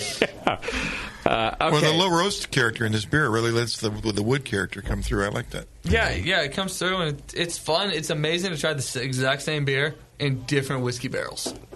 Oh, yeah. Yeah, so next time we do it, we're going to get a couple kinds of whiskey barrels and then have the original and then 2 different kinds of whiskey barrels. And it's amazing the difference. Yeah. The exact same batch. If I'm not mistaken, that's what 50/50 Brewing Company does with their Eclipse series. Is they'll do the same beer in several different types of barrels. Yeah.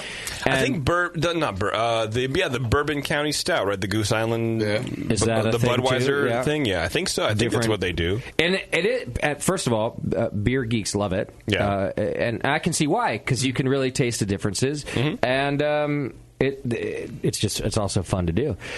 I think this beer is really nice. I love side-by-sides in general, where I get one beer that's just the base beer and then one that you did something to, and I don't really even care what it is usually. I just love the side-by-side. I farted over it. Yeah. I love it. I like just tasting the difference. And these are 2 very, very different beers. Yeah. That's one of the things that we love to do. Anytime we barrel age something, when we release it, let it out to bars, we always want the original next to it. Yeah. So, and that's one of the things that we do. I think that's a little bit unique, is that a lot of times when we get barrels in, we say, what do we have in the tank that's going to taste good in barrels? Yeah. Well, that's what we're putting in there. We're not big enough to do entire 15-barrel or 30-barrel batches and put all those in the barrel. Okay. So we score a little off of what we have. Yeah. And a lot of times it's a year-round beer so that we can do that side by side. Yeah. That's cool. I'm kind of glad that you're not that big, to be honest, because you wouldn't get something like this. Mm-hmm. A lot of people don't do this. Yeah, these are nice. Yeah. And so, where can people buy this? Is this just bottles at the brewery?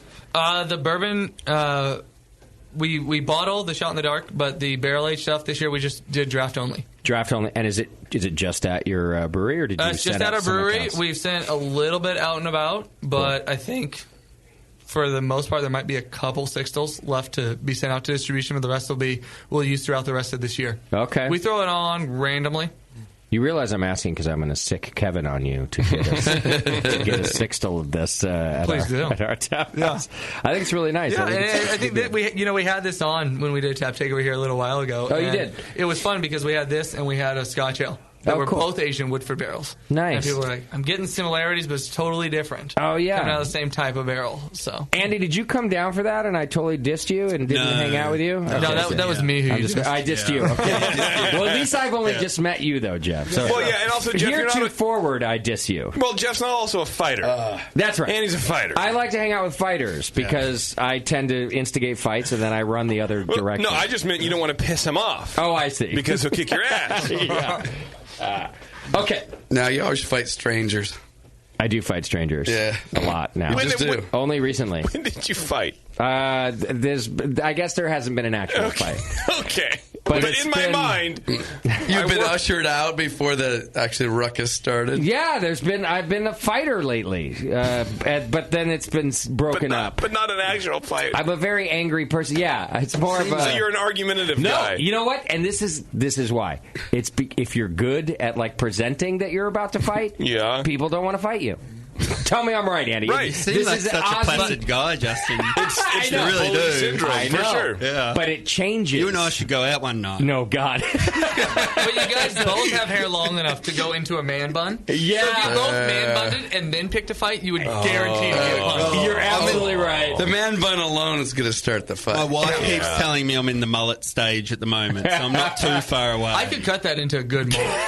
Oh, yeah. And the mullet stage is worse than the man bun stage. You craft it. Would you fight a guy with a mullet? Craft it into a great mullet. No, I couldn't because I feel bad for him. I would fight a guy because of a mullet. Otherwise, no. I tell you what, never fight a guy with a mullet because you know he's been abused as a child. So he grew up. This is what I'm saying. I feel bad. Yeah. Never pick a fight with a guy with a mullet because he'll kick your ass. It's like, It's essentially wearing "I'm a boxer" T-shirt, but on the back of his neck. You're right. No, just kill the first one. He probably carries. The rest will leave you alone. He probably carries a plastic bag with him for your teeth so you can pick up your own teeth afterwards. Oh, God, it's the dentist bag. It's the mullet. Right. Yes. Yeah. With a little ice and everything. All right, we got a couple beers left to get through. The IPA. Let me get the name right here. Irons in the Fire IPA. This one we have on tap here at the Grenade. The fuller one? The more fuller? Yeah, the more fuller. Yes. Okay. Yeah. Oh, I love the aroma in this beer. Mm-hmm. What are the hops here? It's all Gruit. This is Citra. Trying to think what I put in this, Jeff. Centennial, Mosaic, and Citra, I believe. So, but the big thing with this for us was we're starting to experiment a little bit with different hoppings and so on and so forth. So this had no 60-minute hops. None? So, none. So everything at Whirlpool, or you did like a 30 or 20 or something? First hop edition was 30 minutes. Okay. Then we hit it again at 15, hit it again at 5, yeah. Hit it again at 0. So it's basically 4 hop editions, each one increasing quite dramatically in poundage. Yeah. And yeah, so it's come out quite nicely. We're quite happy with it. So what's the ABV on this beer? It's 7. 6.5. Do you add... 6.5. Yeah. What's that in metric? Boss overrode me. I'm glad. What's that in metric? It would take a brewer to tell you. Yeah. Do you add dextrose to this beer? Am I saying that? Dextrin? Dextrose. Dextrin. Dextrose is corn sugar. Dextrin is not sugar. Is what corn sugar. You know what I'm asking. We use cane sugar. You do? So, yeah. Which isn't bad, by the way. You shouldn't very Australian. It's very Australian, right. It's Mexican. We had to teach Andy what corn sugar was when he got here. He's like, what is corn sugar? I said it's... You know corn's the devil. I just said, well, did you Google, like, Australian for corn sugar? Well, I just said, why don't we just use cane sugar? It's easier. Yeah. Corn is the devil. He knew what that was. Yeah. Cane sugar. Australian for corn sugar. Because it's very dry. This beer is super dried out. Yep. Can I be honest about the beer? Please. Entirely? Please. Just because, like, it can't all be like a marketing campaign here. Every interview we do. Can't? I do. I really like this beer. And actually, I want Tasty or somebody to correct me if they think I'm wrong, too. I'm on it. Oh, I'll correct you. I just wonder if it's just a little too thin, this one. I smell the aroma, and I'm in love with the beer instantly.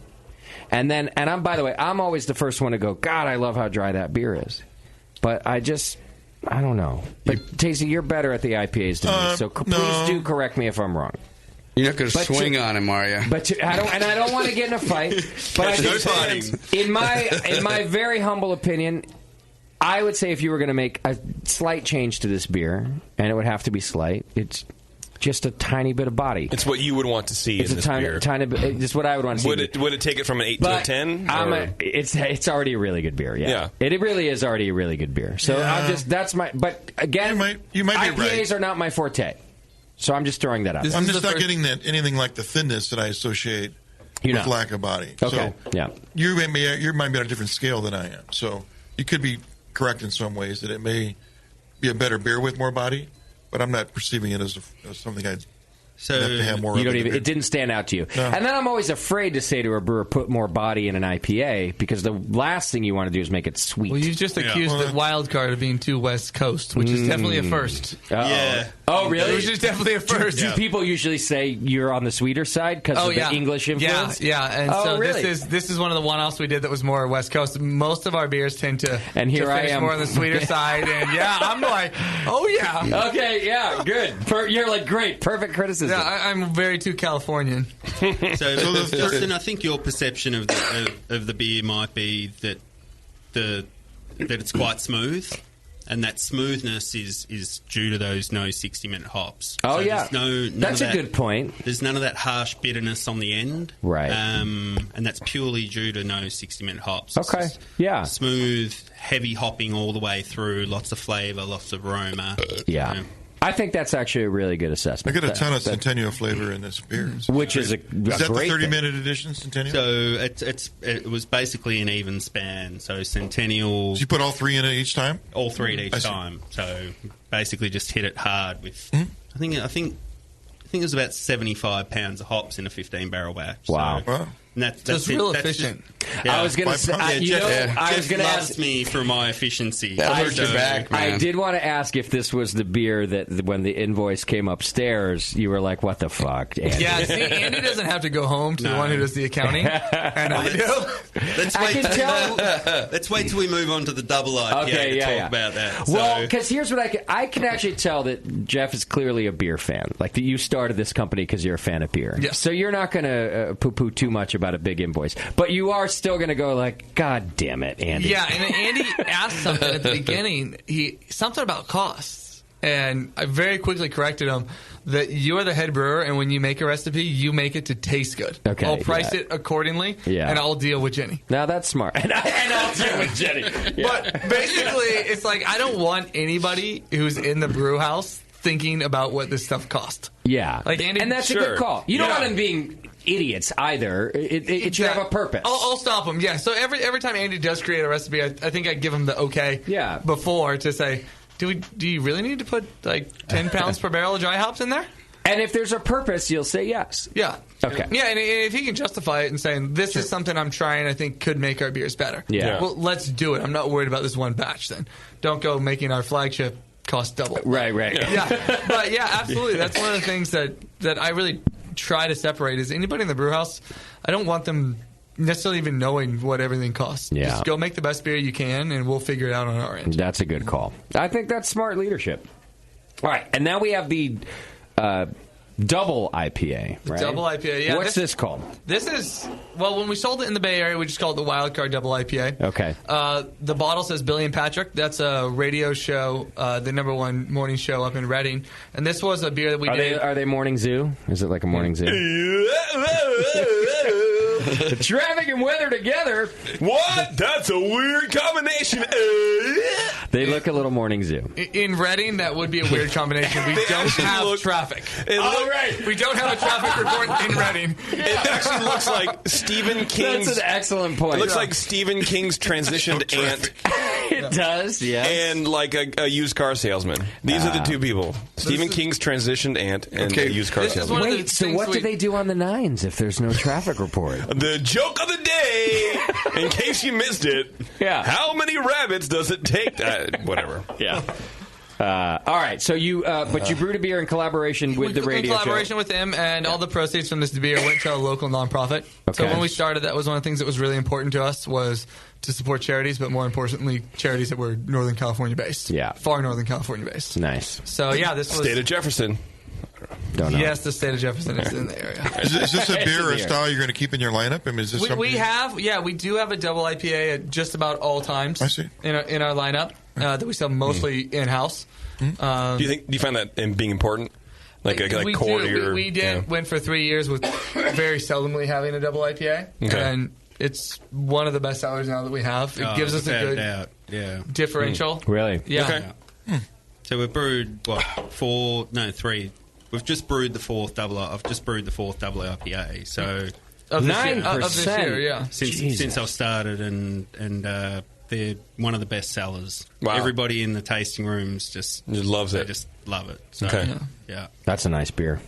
Do you ever look? This is also a beer that did we use bittering addition just a little bit in this? Just a tiny bittering addition. Maybe 50 of the 100 IBUs came from that. So I needed to get I couldn't use 175 pounds of hops in the beer, or Jeff was going to literally slit my throat. Right. So I had to use a little bit of a bittering addition in this one. Yeah. But besides that, there was a tiny bit at the start, and it's pretty much just all 30, 15. 5 and 0. So. Yeah. This one has too much... No, I'm kidding. Actually, the body's perfect. This is a really nice beer. Thank you. Yeah, this is a great... Wow. I love the side-by-side of the regular IPA and the double, too. Are these basically the same recipes? No, completely. But scaled up? Oh, completely different. Okay. Yeah, completely different. So we don't have the double on tap, though, do we? It's probably a good idea at 9%. Yeah. I should make a rule about that. What? Not having drunk people here with 9% beers on tap all the time. I'm going to open a bar next year. Nothing but session beers, milds. I will come drink at your bar. 12 taps of Solidarity from Eagle Rock. That's it. That's all I do. And you can't probably bring guns in, too. No, but you can fight. Tell you that much right now. Do you guys do a special release of your double IPA or any high alcohol beer for that matter? So the barrel aged was our 4th anniversary. Okay. So we do a special release of that one. People come out. Yeah, and so we're getting more into that. We actually did that the day after Thanksgiving is our anniversary. Oh, so that was the release of that beer. That's a perfect day to Yeah, and the awesome thing with that is we bring a band into the brewery, and you just come party in the tanks. Nice. Not literally in the tanks. Sure. I don't allow that. That's too bad, because I would party in the tanks. Probably on drugs, not beer. But we could hot tub that mash tun. We've steam jacketed mash tun. What a great idea. Yeah. Can you imagine? Wow. Yeah. I'd need to pull the rakes out of that. That is a good marketing tool. That'd be bad. Just think about it. Pull the rakes out. Yeah, definitely pull the rakes. But if that doesn't get you in the news, I don't know what will. That would be a cool fundraiser. Hot tub party at once Wildcard. a year. Sell tickets, right? To donate to charities. I'd go. Come in and do right. Right. Reading's not that far away. It's like 12 hours. What is it? Yeah, but would you have the beer that was made afterwards? Yeah. No, we would not make a beer afterwards. No, I don't want any more beard beers or how many spit CIPs? beers or any type beers. No beers. Wait a minute. Wait a second. You don't like sour beers. I do not like sour beers. I read that in my notes. Oh my god! And you don't like hate them or anything. But you're not like you don't have some crusade against them. No, I'm not against them, but just I noticed we're not drinking any. If you never met one again, Andy and I are we did this year. We did Andy too. You don't like sour beer? I'm not big on sour. So we did a whole staff brew series this year. So each staff member, we have 11 staff members, got to pick their style of beer. Okay. And we made and one of them really wanted a sour. I said, okay. I said, go bring me your 5. Find another job. I said, I'm going to the store with you. You don't have a budget. You're going to buy your 5 favorite sours. Okay. And you're going to present them to us. No budget. No budget. Look at you. Did you ask your wife about that first? I did not. Okay. No. But that couch is comfortable for about a week. I knew the answer to that question before I asked it. So we tried them all. And there were 2 that were okay. They're okay. Well, there's a Berliner Weiss that was good. They're There was. Do you remember where? There was one that made me just want to spew up into my mouth. Yes, and let's not say the name No, we're not because I know the guys and they're nice. Do that. I'm not going to say But I would best Made you describe want the to fight smell somebody that as gave it a to you. horrible jockstrap. Oh. Okay. And I've never she's smelled just a horrible one. Are you getting this? This is amazing. around them all the And I'm just time. like, this is horrible. This is awful. Have you had the Rare Barrel? I will say I've never had Rare Barrel. All right, well then, there you go. And the only Do we have any on tap? Yeah, I think we have 2. Yeah. The only sours I've What if we're enjoyed wrong, having, though? I've had a little bit of them, are the guys from Upland in Indiana. Oh, they make good beer, yeah. They make really good beer. We were pouring next to All our right. festival. We started busting out sours. Yeah. I could drink this, but I still can't do more What than 10 don't you? ounces. What don't you like? Yeah. Is it acidity? It's the Is it- acidity for Yeah. me. Okay. It's, So you might not. They're like not all. They're bad not all. sour. I don't like the acidic ones so much, and they're not all like that. There's different styles of sour, and the really acidic ones are the ones I kind of shy away from. too. Yeah. And I'm always willing to try if somebody's got one, but I'm never willing to buy a pint of it. Okay, and so usually I'm actually in the camp that Doc and JP are in right now, where we're trying to sway you toward them. I actually kind of like that there's a brewer out there who still doesn't like sour beers. Like, I kind of want you to stay that way. Just to, I don't know, we need Like, if some you're a old virgin, school- stay a virgin because it makes you more pure. I wasn't going to go that, but yeah. I'm Yes. thinking we take him out If back. we and were talking to Bevo. beat him down that until would he be the like sours. I don't know, just because I don't want everyone to be on the same bandwagon. Yeah, I and guess. I think, So- like, one of the things, our third anniversary, which was last year's anniversary, we did our Double Down Imperial Red in Pinot Noir barrels, but we sanitized those barrels first. Okay. And so we had so many people coming in, they're like, oh, it's in a wine barrel, it's going to be sour, right? I'm like, no, it's not. Yeah, you made sure of it. And they're like, what do you mean? Like, well, this is our red ale, try it. And like, this is awesome. I smell all this Pinot Noir, and it finishes like a red, and it's not sour. There's no Brett, so yeah. Now, remember, though, you did say you wouldn't do an IPA until you realized that it was like the bestseller. So are you saying never on the sour beer, or just that it's not your thing right now? I'm saying it's not my thing. I'd have to be convinced with a very, very good sour. Yeah. I do like this. And I need a brewer who specialized in that. I actually even worry about craft beer just becoming homogenous anyway, where everyone has to have an IPA and everyone now has to have a sour beer. And Welcome to 5 years ago. I don't mind.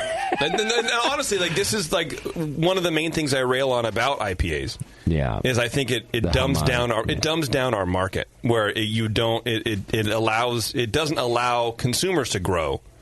You come in with an IPA, which people, it's like you're used to drinking Coors, and you have an IPA. Oh my God, all the flavors. That's all they're focused on, and they don't understand the subtleties of a porter or a Czech Pils.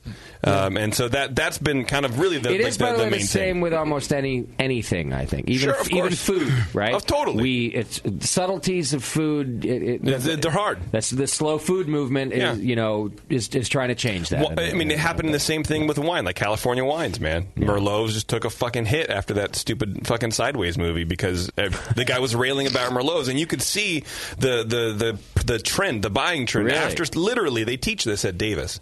After Sideways came out, Merlot took a shit. Wow! Because nobody really knew what the fuck was going on. They're just drinking like heavy, over the top wines, and I think a lot of those kind of more blends and a lot of the more subtleties in winemaking is coming out now. And I think a lot of the same thing with beer. Okay. We're kind of shifting back into a lot more people are making a wider selection of beers because people's tastes are changing. And I would say session beers that we're moving to are back to the subtle side of things. Yeah. Right? Yeah, we went up the ladder on the hoppy beers. I think we're backing down. Yeah. We really did. Yeah. Yeah. Well, we've got the Northeasts now, which are coming out. Which That's a little bump in the road. It'll go away. Which is another thing that Andy and I, we almost gave in. We almost gave in. To what? Really? To the north. A big cloudy IPA? We almost gave in because I kept telling Andy, I said, so I've been almost 10 years in the brewing industry now, and I've never seen anything take the brewing industry like by storm like this. This is crazy. Like maybe the black IPA, maybe. But it was a blip. Maybe, it was here right. and gone. And this New England thing, people are loving it, and we read it, and I had one out there. I had a half of one, and it's like, this is really good. Did you have the King Citra? Yes. Well, that's the bomb. Oh, It was very, very tasty. good. Unbelievable. That's a fieldwork beer. I'm gonna vomit. I'm not a fan of. have too much education to. I want to say to want to like that. To want to like allow that. yourself it's to like like it. My taste buds said this is good. My brain says, "Are you fucking drinking this?" Just let your brain imagine customers drinking pint after pint, loving your beer. Imagine your wallet that has a brain. I've never really chimed in on the East Coast IPA thing. Yeah. And I'm not going to chime in on the quality. What I'm going to chime in on, it's such like a weird non-issue. It's such a weird middle of the road change. I feel like it's that we're in a low news cycle.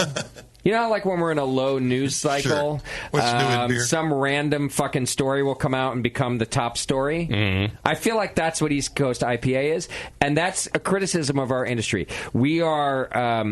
we're not. Nothing exciting is going on right now except for consolidation and buyouts. Right. There's no good beer in the news.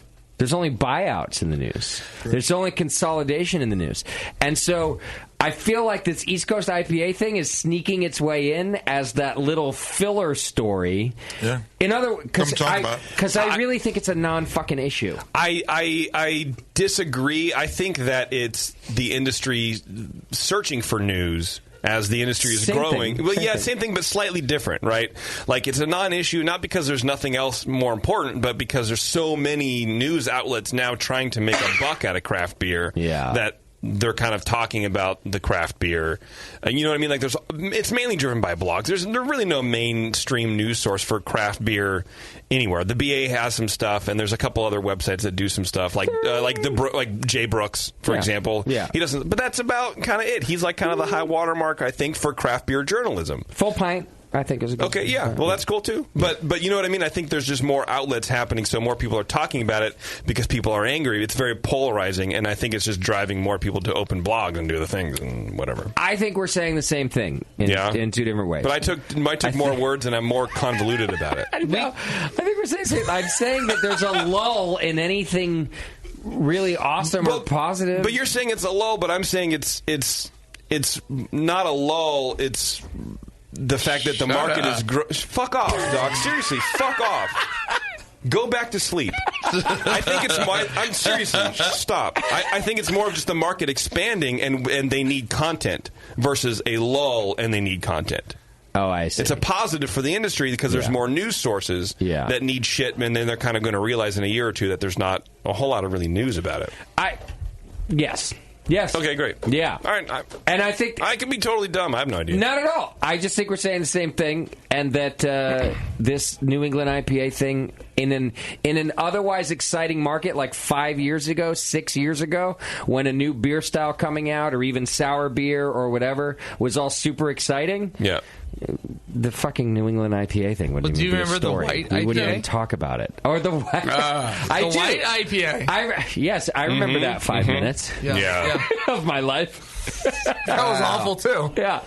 But I will say the New England IPAs do taste very good. My worry is the people who are packaging... I think some do, too, people who are packaging them, what is that beer going to taste like 60 days on shelf? Well, and their response to that is that it's not supposed to be even that long. Yeah, it's supposed to be drank within 2 weeks that, or whatever. As in somebody who sells packaged beer, I would love to sell every single batch I make in 2 weeks. Of course. But I don't. Yeah. I also have a population base of 120,000 where I sell most of my beer to. Yeah. But so as you see more and more people expanding, that was our number one reason why we didn't experiment with that, was let's not do something where we're going to have to eat half the batch because we're going to have a pint after work and say, this isn't good anymore. How much have we sold? The rest goes down the drain. Right. Because that's something we would do. We don't think it's quality. We put it down the drain. And that's how you should think about it. And frankly, I will defend the East Coast IPA makers in the sense that I genuinely think that's how they feel about the beer, too. The beers that they're making, they like them, and they don't want to. They're not making beer that they would dump down the drain either. Oh no! Just to clarify, not at all. The beer is the New Englands are an amazing. They're amazing. But we're talking about these specifically cloudy this style. Yeah. They're amazing tasting beers, though. Yeah. But for a business point of view, in regards to I need to move this beer in a week, a month, whatever it might be. Yeah. It just doesn't make any sense. No, for distributed product, it doesn't work. No, it's going to be over the tap, over your own tap. And you look at the ones who are really successful with the heady toppers and the tree houses. Yeah. They're fairly close to large population bases, very large. True. Yeah. And so they're able to sell it mostly out of their own places as well. Out the back door. Which is awesome for them. Yeah. And I guess I'm just saying. I feel like with very few exceptions that these aren't people putting out bad beer saying like, fuck it. No. You know what I mean? These are genuine people who genuinely believe in the product that they're putting out there, and there's just differences of opinion about that, obviously, but. No, I never thought it was bad people too. And Warren and I kind of talked about that a little bit. You did? Yeah, well, that was kind of the joke. But I think I refined my opinion on it, where I think it is from bad brewing practice. Okay. Because we've all been taught as a home brewer or a commercial brewer to make clean beer, to make clear beer, to not let any of these staling compounds, which would be yeast or whatever, residual proteins, to hang out in the beer. If you do that, for popular knowledge, it's bad brewing practice. Okay. Not that they're making bad beer. Yeah. I mean, I think because it tastes like shit. But anyway, so that was really the clarification. That was all. Thanks for clarifying. I'm glad you clarified it with the dig. Yeah, well, that's what I do. But also, you can make the argument of like, people were roasting malts too dark or whatever. Then that became the norm. Or whatever brewing practices we do now, most of that's based from either mistakes or experimentation or whatever. So things change. Well, you know who I bet is Adam and Eve. Who's going to make great beer? Who's that? And think about all of the things that we care about, and maybe even our own opinions. Oh, Jesus! They might take it as a Reinvention Brewing. Cloudiness aside. I agree. All right, well, Reinvention wrote in and said, hey, Justin's always complaining about new breweries opening because of the Brewing Network, that we've educated, we are the, what's your school called? We are the brew, thank you, Tazy. We are the Brew Lab of Concord. It's Concord, is it? It's a small spot. That's the new advertising. It's right there. Thank you. I am going to put that in our fucking tagline when I send out our marketing material. Okay, yeah. The Brewing Network, the Brew Lab of Concord, California. The whole of Concord. Yeah, we've educated people. Yes. And so they said, Justin's always complaining about new breweries opening and not becoming sponsors. Well, here's a brewery that's throwing some money at the BN to shut Justin up. Reinvention Brewing Company in the Finger Lakes region of New York State. And the founder has been an active supporter of the BN since 2007. That's right. The brewery's planning a spring opening, and right now they're running an Indiegogo campaign to help raise money for the tasting room. So they got some really cool items like Ultra Soft T-shirts. Ultra. Which I like. I love Ultra Soft. From my side. Feel this one. Would you call this one Ultra Soft, JP? Tell me. No, with your hand. With your hand. Would you call that Ultra Soft or just soft? I'm not. I would say that's just soft. Okay. Why would you have to run your hand down my skin after that grossed me out? I just wanted to compare it to your arm hair. He wanted to gross. Is it softer or more coarse than your arm hair? That's the determining factor. I see. Ew. Yeah. So I've got a question for you guys. What do you think about these crowdfundings that are starting with breweries small and large? Okay, wait. Good question. Hang on one second. Planning a spring opening, you can do cool items like soft T-shirts, hoodies, upcycled bike chain bottle openers, all sorts of stuff. And you can even buy your own padded bar stool at there the you bar. go. Name that shit after Oh, really? This is up Tasty's alley. I know he likes his padded bar stool. Padded bar stool. And if it has a little name on it. I don't need that. They said even Tasty's ass would be happy. If it said Becky or something, you can name it Becky, I'm pretty sure. You can do whatever you want. Your name does get engraved into the bar stool, and you can sit on your own stool when you stop in for a few beers. So the Indiegogo campaign runs through January 17th. You can go check it out. Search Reinvention Brewing Company on Indiegogo.com and help out a longtime BN Army member get his business off the ground, which I think is a good idea. Yeah. Help the BN Army. Okay, now, Jeff, to answer your question. So we get emails about the Indiegogo campaigns and the Kickstarter campaigns all week, every week. And first of all, we, as a rule, do not announce them because if we did, that's all we would do.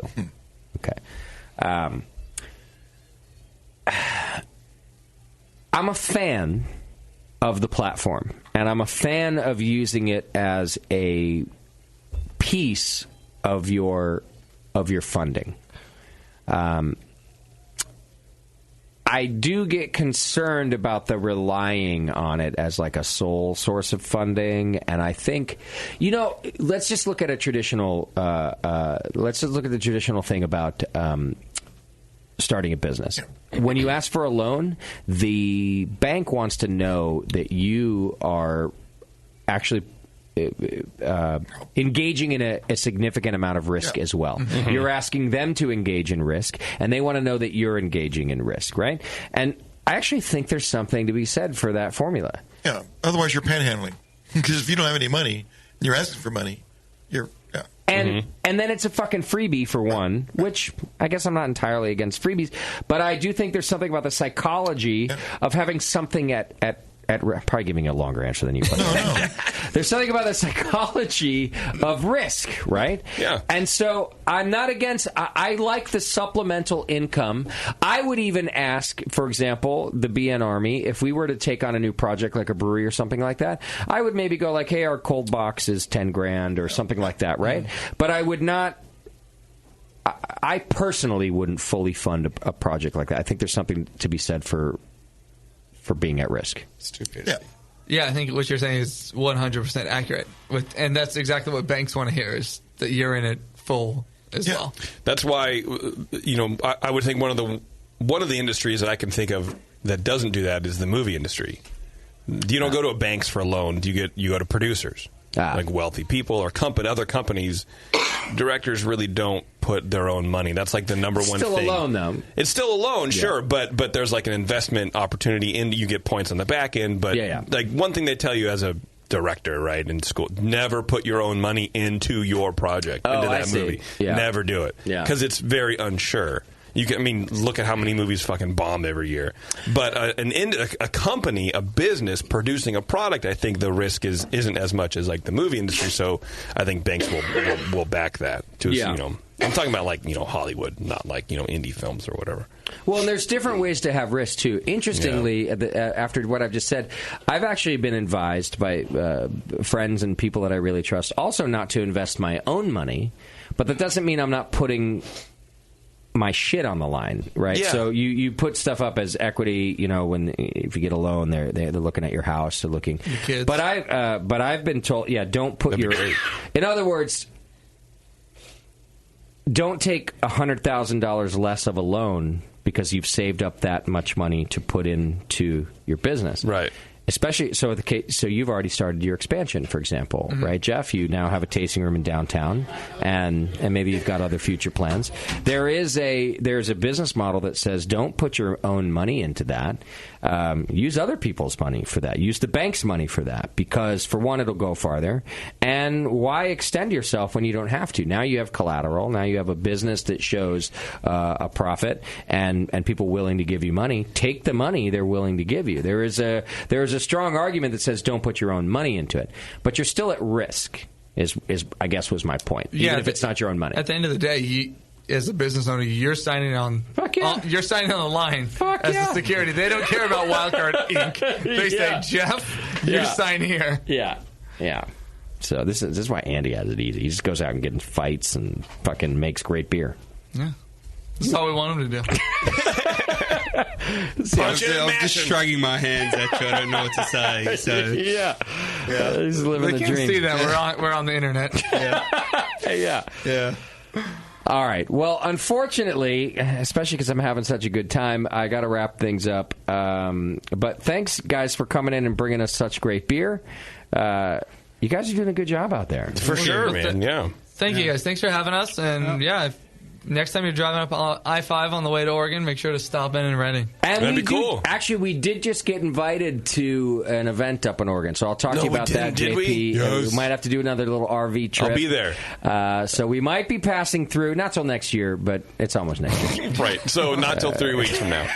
We're only a couple of minutes off the I-5. We're right just there. right there, so right? We're right there. So, and we could stay at Andy. We can park the RV at Andy's, I'm sure. That's right. Hey, I've got not only have I got a double lock-up garage, garage, but I've got a double carport as well, so your RV will go in there See? perfectly. He won't You mind know us- we got plenty of guns, so We'll protect you. That's right, you'll protect me. All the So- storage bins in the RV Yeah. are full of Full guns. guns, full Doc guns. won't Okay. travel any other way. Okay, that's we actually fine. have coats made of guns. Okay. You can pull my armpit, it'll shoot. Yes. Okay, so party at Andy's. Yep. And Shooting range in Andy's backyard. and free beer at Jeff's. Let's do it. Sounds fun. Yeah.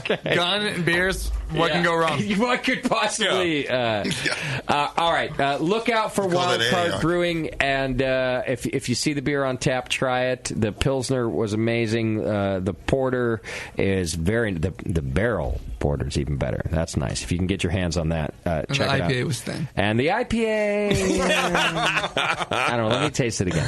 Oh man. It's not even thin. It's a little thin. It's a tiny bit thin. It's such a small amount. See, I would disagree. I disagree. You do? I do, and I don't drink IPAs. Yeah. I think maybe it's more hop forward, like bitterness wise, than you're used to drinking. Maybe because you drink a lot more pale ales. Yeah, I guess. Yeah. I don't think it's lacking in body at all. I think it's just a different segmentation of that. And that's why I wanted to be corrected by you guys. But anyway, just whatever. My opinion. My humble. The double, though, knocking out of the park. Don't change. Actually, there's too much body. That's what I tried to say. That was my. Yeah. All right. You guys are killing it. Sorry. Go check them out at wildcardbrewingco.com. You'll see the great packaging. You can look at where to find the beer. They got merchandise on sale there, and You can see our ugly faces. You can, is your face on there? Let's see. Where Both are we? our ugly faces. Where are be talking the about team. my face. Let's see the team. You're the ugliest of all, Jeff. So you covered it. That's why, Jeff. You got glasses You guys and got a sunglasses on. beanie You guys are on. like- I was You snowshoeing in a at witness that protection point. program or something? What's going on there? Yeah, right. All right, we got the tap. Andy, they think you're too ugly. Oh no, there you are. Yeah. I Way at the bottom. Hey, man, we're living out in the hills, man, all right? Yeah, they're like Andy doesn't You get on know, the website. sunglasses and beanies is where it's at. People recognize you out That's there. right, you know? Yeah. Look at how ghetto Andy looks in his photo. He looks so Southern California Thug. Like he grew up in. He's all thugged out. No wonder you Latino, get in right? fights all the time. San Diego I was out in the shit, hills of Canada there. That's an amazing photo. Australians aren't allowed in That's Canada. an amazing photo. Was that how you got into the United States? Canada. It's all coming together, Andy. That's a whole other story. That's a whole other story, right? He did it before when he was Canadian with no sunglasses and beanie. He goes, now I'm an American, so here we go. Actually got hauled up in Canada Customs, but that's a whole other story. Of course you did. That's a different show. Yeah. That's a whole other. All right, I got a couple things I got to do. What do I have to do, JP? We haven't talked about We have any Twitter game. We have Ship a Dick to give away. Okay, hang on. Before we... No. Oh, we have the giveaway. That's Yeah. right. Did you decide how we're doing that? I would assume the Twitter game winner. it. Okay. Yeah. They're playing for a dick. Before we get to Dick's, don't forget about Williams Brewing, one of our longest sponsors and good people since 1979. Williams has offered the finest equipment and freshest ingredients and the best customer service in the business. They have a full lineup of intertap forward sealing beer faucets and interchangeable spouts, as well as a new grain mill motorizing kit that features a great motor that spins your mill at the correct 180 RPM without the need for hazardous belts. They got all sorts of stuff. Mark II wort pump. They've got Brewer's Edge mini regulators, all steel bottle cappers from Italy. The Italians get it right, JP. They do. The Greeks, They do. not so much. Well, look, the Italians are just taking product from... They're reappropriating cultures. Because they're smart. Because they're dicks. They're smart dicks. Anyway, go check it all out. California wine kits, their own line of hydrometers, and so much more over at williamsbrewing.com, a longtime sponsor of ours. Okay, so what do we have? Twitter game situation thing to do? What was our Twitter game? It was about Tasty, right? It was Tasty. Yeah, Tasty's growing a beard, and so naturally, with a longer beard, it's a different persona, and he needs a different nickname. Yeah. So here's what we had here. Yeah. People still respond to the Twitter game, huh? They do, and we honestly, all 12 of them. I laughed a little bit harder than I normally do at these things. Did you shart? I didn't shart, no, but I almost. What's the front version of that? It's like a little bit of pee. When you pee a little bit. Yeah, it's like shart, but it can't be shart. Why you don't isn't there fart a out of your name for dick. that? Because you don't fart out of your dick. Just said you peed a little bit. Anyway, go on. Yeah. Okay, so we'll figure that out. That'll be the next Twitter game. That's our okay, good. Done. Yeah. Jim Ferrier says, "Old man mustache ride." Ew. That'd be his new nickname. Yeah, that grosses me out. Wow. Ew. Yeah.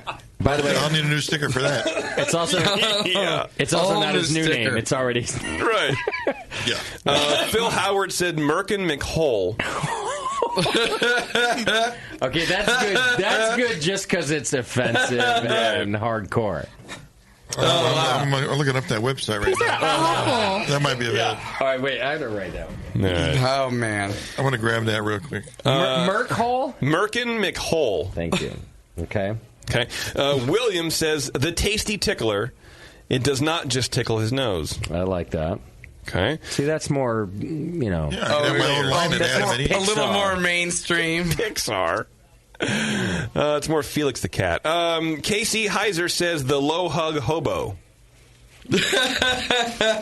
No, that's now. That's it keeps growing it. Yeah. I caught myself doing that the other night.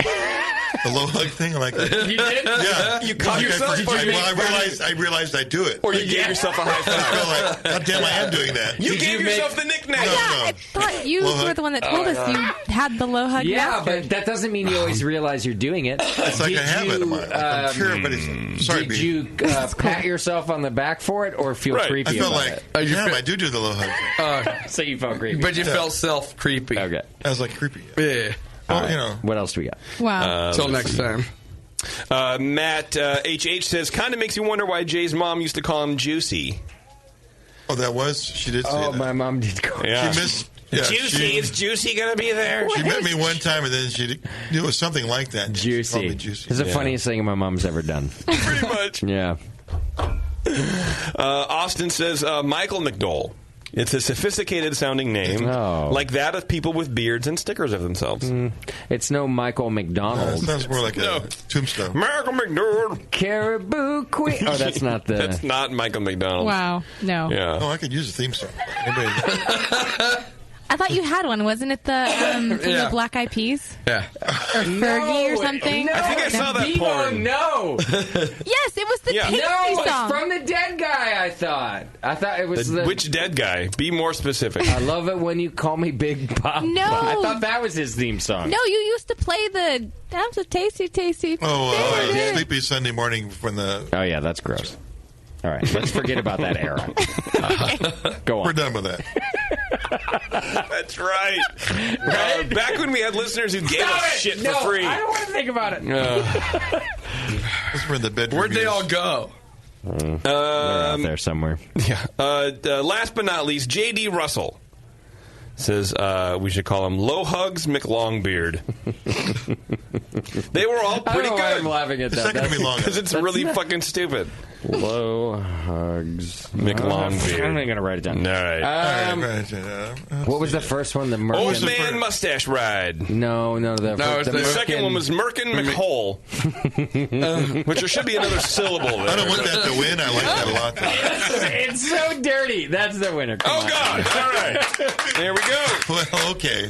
So should he get the $50 in cardboard dicks from shipadick.com? Fuck yeah, for Merkin McHole. There we go. That's exactly what he should get. Fucking built, custom built. All right, you can go to shipadick.com and ship your own dick. But what's his name? Merkin McHole. Phil Howard. Phil just won $50 to spend on dicks over at Spend on dicks. Spread them around a little bit, dude. That's right. Yeah, send me one. Merkin McHole. Takes me one. I just Googled what a Merkin was. That's a real website. You didn't know what a I didn't know what a Merkin was. I didn't know what a Merkin was. I was just going to ask you if you knew what a Merkin was. Who's our new sponsor? It's a real thing. The mobile site's really good. That's the mobile site's horrible. really good. Oh, no. go. It is really good. Let's And ship a dick. We shipped one to our manager here at the Grenade. JP and I, we were like, let's send one to Eric. It was the Prikachu shaped like a Pikachu. Eric comes in a few days later. He's like, "Did you guys send me a dick?" I also sent one. We sent one to Schumann. Oh, it was a rainbow one. It had a rainbow streamer coming off the balls. Coming off the balls. You must get them all the time because I never heard a thank you for that. Neither did I. What the fuck? I asked him. I had to Schumann's ask him about it. I had to ask him about it. Fucking Schumann. Anyhow, Schumann. Shipadick.com and $50 to $50 to Phil Howard. I will put you guys in contact with Chester over there at shipadick.com. There we go. There we go. Yes. Okay. Let me just look at my thing here. Did I do all the things? Get the address for Trump Tower, and I'll be good. Oh, hey. Shipping some dicks. Speaking of dicks, AdamEve.com. Don't forget to go over there and use coupon code BNARMY, BNARMY. And not only can you can go to shipadick.com and make jokes, but you can go to AdamEve.com and make sex. Just get all your free gifts. It's like 50% off and the free shipping and the coupon code BNARMY, all the things. Oh, and that's right, Bevo. Thank you. Bevo is signaling me the O-ring. The thing that you put on the thing. Yeah. How is she hand Makes you signaling last a to you? little longer, right? I made an O with my hand. Yeah, she didn't do like the whole thing. I thought that meant zero She fuck. didn't It's do a point that we have to make. She didn't do like the thing No. and then the buzz, like this Literally, thing would be stop it. buzzing right there. Wait, Oh, the is it there? Wait, stimulator. I'm doing it backward. Maybe you Shows 69 how a much lot. I know about the female anatomy. Yeah. I'm like, Gotta oh. get the stimulator. Please stop. It's no wonder it never works. I think you have to Oh, the cut rings- them open, the rings- and it's several inches the ring inside the tickler. intestine. Oh my God, stop. You just have to stop Just talking. go use coupon code BNARMY and you'll get the O-ring One of thing. those things. The O-ring. God, I hate that. Kate the Great does things for the world. Her job and the way she treats people. I was literally and just what thinking do the I same do? thing. This is what I do. I get people drunk and I talk about fucking clit rings. Incorrectly. Well, and butt plugs, by the way. I feel like Don't forget the butt plug. Cardboard penises. Yeah. I go back and forth every day about whether I'm proud of myself or entirely disappointed. Really? You do it. Yes, thank you, Jason. Really do it better than anybody else. Yeah, I know the feeling. That's part of the problem, Doc. Really, your relationship is a conundrum because she eliminates people from the world. No, she does not do that. And you entertain them, so she's reducing your listening structure. And I think that's really weird. I see what you're saying. Thank you. I'm probably going to have to cut that part out. Yeah. Oh, that come was bad. on. We have two different reasons to get firebombed now at the... And you don't have Who's the going to insurance. firebomb us? The Jews. OJ? He's in jail, Maybe dude. 3 reasons. Sorry, Jeff. My partners are Jews. I'm allowed to say that. Okay, the Jews aren't going to firebomb us, my everybody. God. Everybody relax at home. It's the Turks. Somebody's like, oh my God, I can't believe he sent that Jew. Right. Actually, they're more like... It's the fucking they were Australians. Indian. The Australians are who's going to bomb us. Oh, hell yeah. They've got all that pent-up anger. They're They're going to fight around the world. Nobody here wants to fight them. They don't have guns that they can play with. See, They're not allowed to stab anybody. this is a show that we need, overinflated boxing gloves for. Oh, we should have had a fight on the air. We should have had a fight on the air. We should have. Andy fought. Yeah. I'll take you on. Look at him. That's the happiest he's ever been on this show. It's like, oh, we're going to fight? I'll take you on. Let's go. do it. I'm like a good fight. The last time you went to Australia, all I wanted from you was to come home and tell me you got punched in the face by a koala. You couldn't even do that for me. I couldn't. I didn't, and I couldn't. It's because they're too drugged up on, koalas are high the whole time. Oh, yeah. Yeah. It's on the eucalyptus. Really? The whole time. Yeah. Does that work? No, I didn't know. No, dead set. They're completely high the whole time. If I were Just to... like You can get high off eucalyptus? See, this is... Koalas can. Humans can't, but they do. So they're completely stoned the whole time. They It'll can't. clear out your sinuses, though. Tasty's nickname should be Koala Bear. Agreed. He's high all the time. Am I? Oh, no, not all. If you have to ask yourself if you are, Yeah. chances Anytime you hear me are... on this podcast, I am, yes. Yeah, just from 10 a.m. to 1. No, I'm Until not. 9 a.m. Are you You saying guys are way exaggerating. you don't wake and bake? I get stoned on the way to the show, and then, Do you wake and bake them? No, never. Never? Never. What If about I- on weekends? No, if I stay home, I never smoke or drink. Really? Nothing. What do you do at home? Nothing. I don't socialize. I'm a social. Is that why you're out You're all the never time? at home, exactly. Yeah, exactly. He plans on where he's going. I might be home like 3 nights a week. I don't smoke or drink. Well, that's good. I know. I'm That's sad good. now. So don't even think about it. It's not like I'm like on the wagon or anything. It's not like, man, I got to cut back on this drinking. No, Yeah. if I'm out 8 nights in a row. The only I wagon drink I'm doing is this dick. I don't know. All right. There you go. Here's some of the list. JP's changed his sexuality on this program, on this here show. Well, you couldn't remember your wife's name or something. I couldn't remember I had a wife. I traveled back in time for a second. Oh, poor Jeff. Jeff, you did a great job tonight. Though. Yeah, sorry. We didn't want to put you through this abuse. I don't even know. It's like the first meltdown we've had in a while, and it's Like, Jeff's show. these guys are pretty sophisticated. Poor bastard. Thanks so much for coming on and bringing it Hey, thanks for having me on. Really appreciate it, guys. All right, come back, bring us some more beer. Thanks for being with us. I'm going to finish the 8 beers I have in front of me. Dude, right? All Wildcard beers, as a matter of fact. That Pilsner, seriously, though. It's real good, dude. Yeah. I like it. Keep it up. I went back to that twice. I'd fight you we got over it. people out there drinking the oatmeal. I'd fight you because of it. Porter. You got fans. You got fans out the window. She scares me a little bit, that one. She does. Could be She really does. She looks like she wants to eat you, doesn't she? She wants a little piece. Kind of, yeah.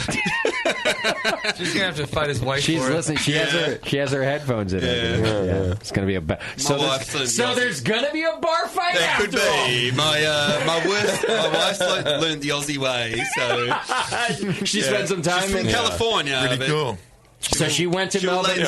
She's absolutely not from California. No. She's from Washington. Well, she's from Washington State, but she's been living in California for 10 years. So I love it. She's clearly not listening to the show because otherwise that would have got your ass kicked right there. Jeff, Easy, Aussie, easy. Don't over exaggerate. She's listening, but she's listening. You still win for my girlfriend, though.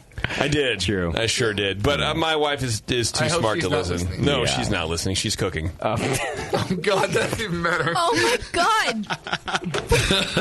God. Waiting for you to go home, right? Is it terrible because it's Bevo, true? you're not allowed to complain because then people will think you actually care, and we're not allowed to say shitty things anymore. Right.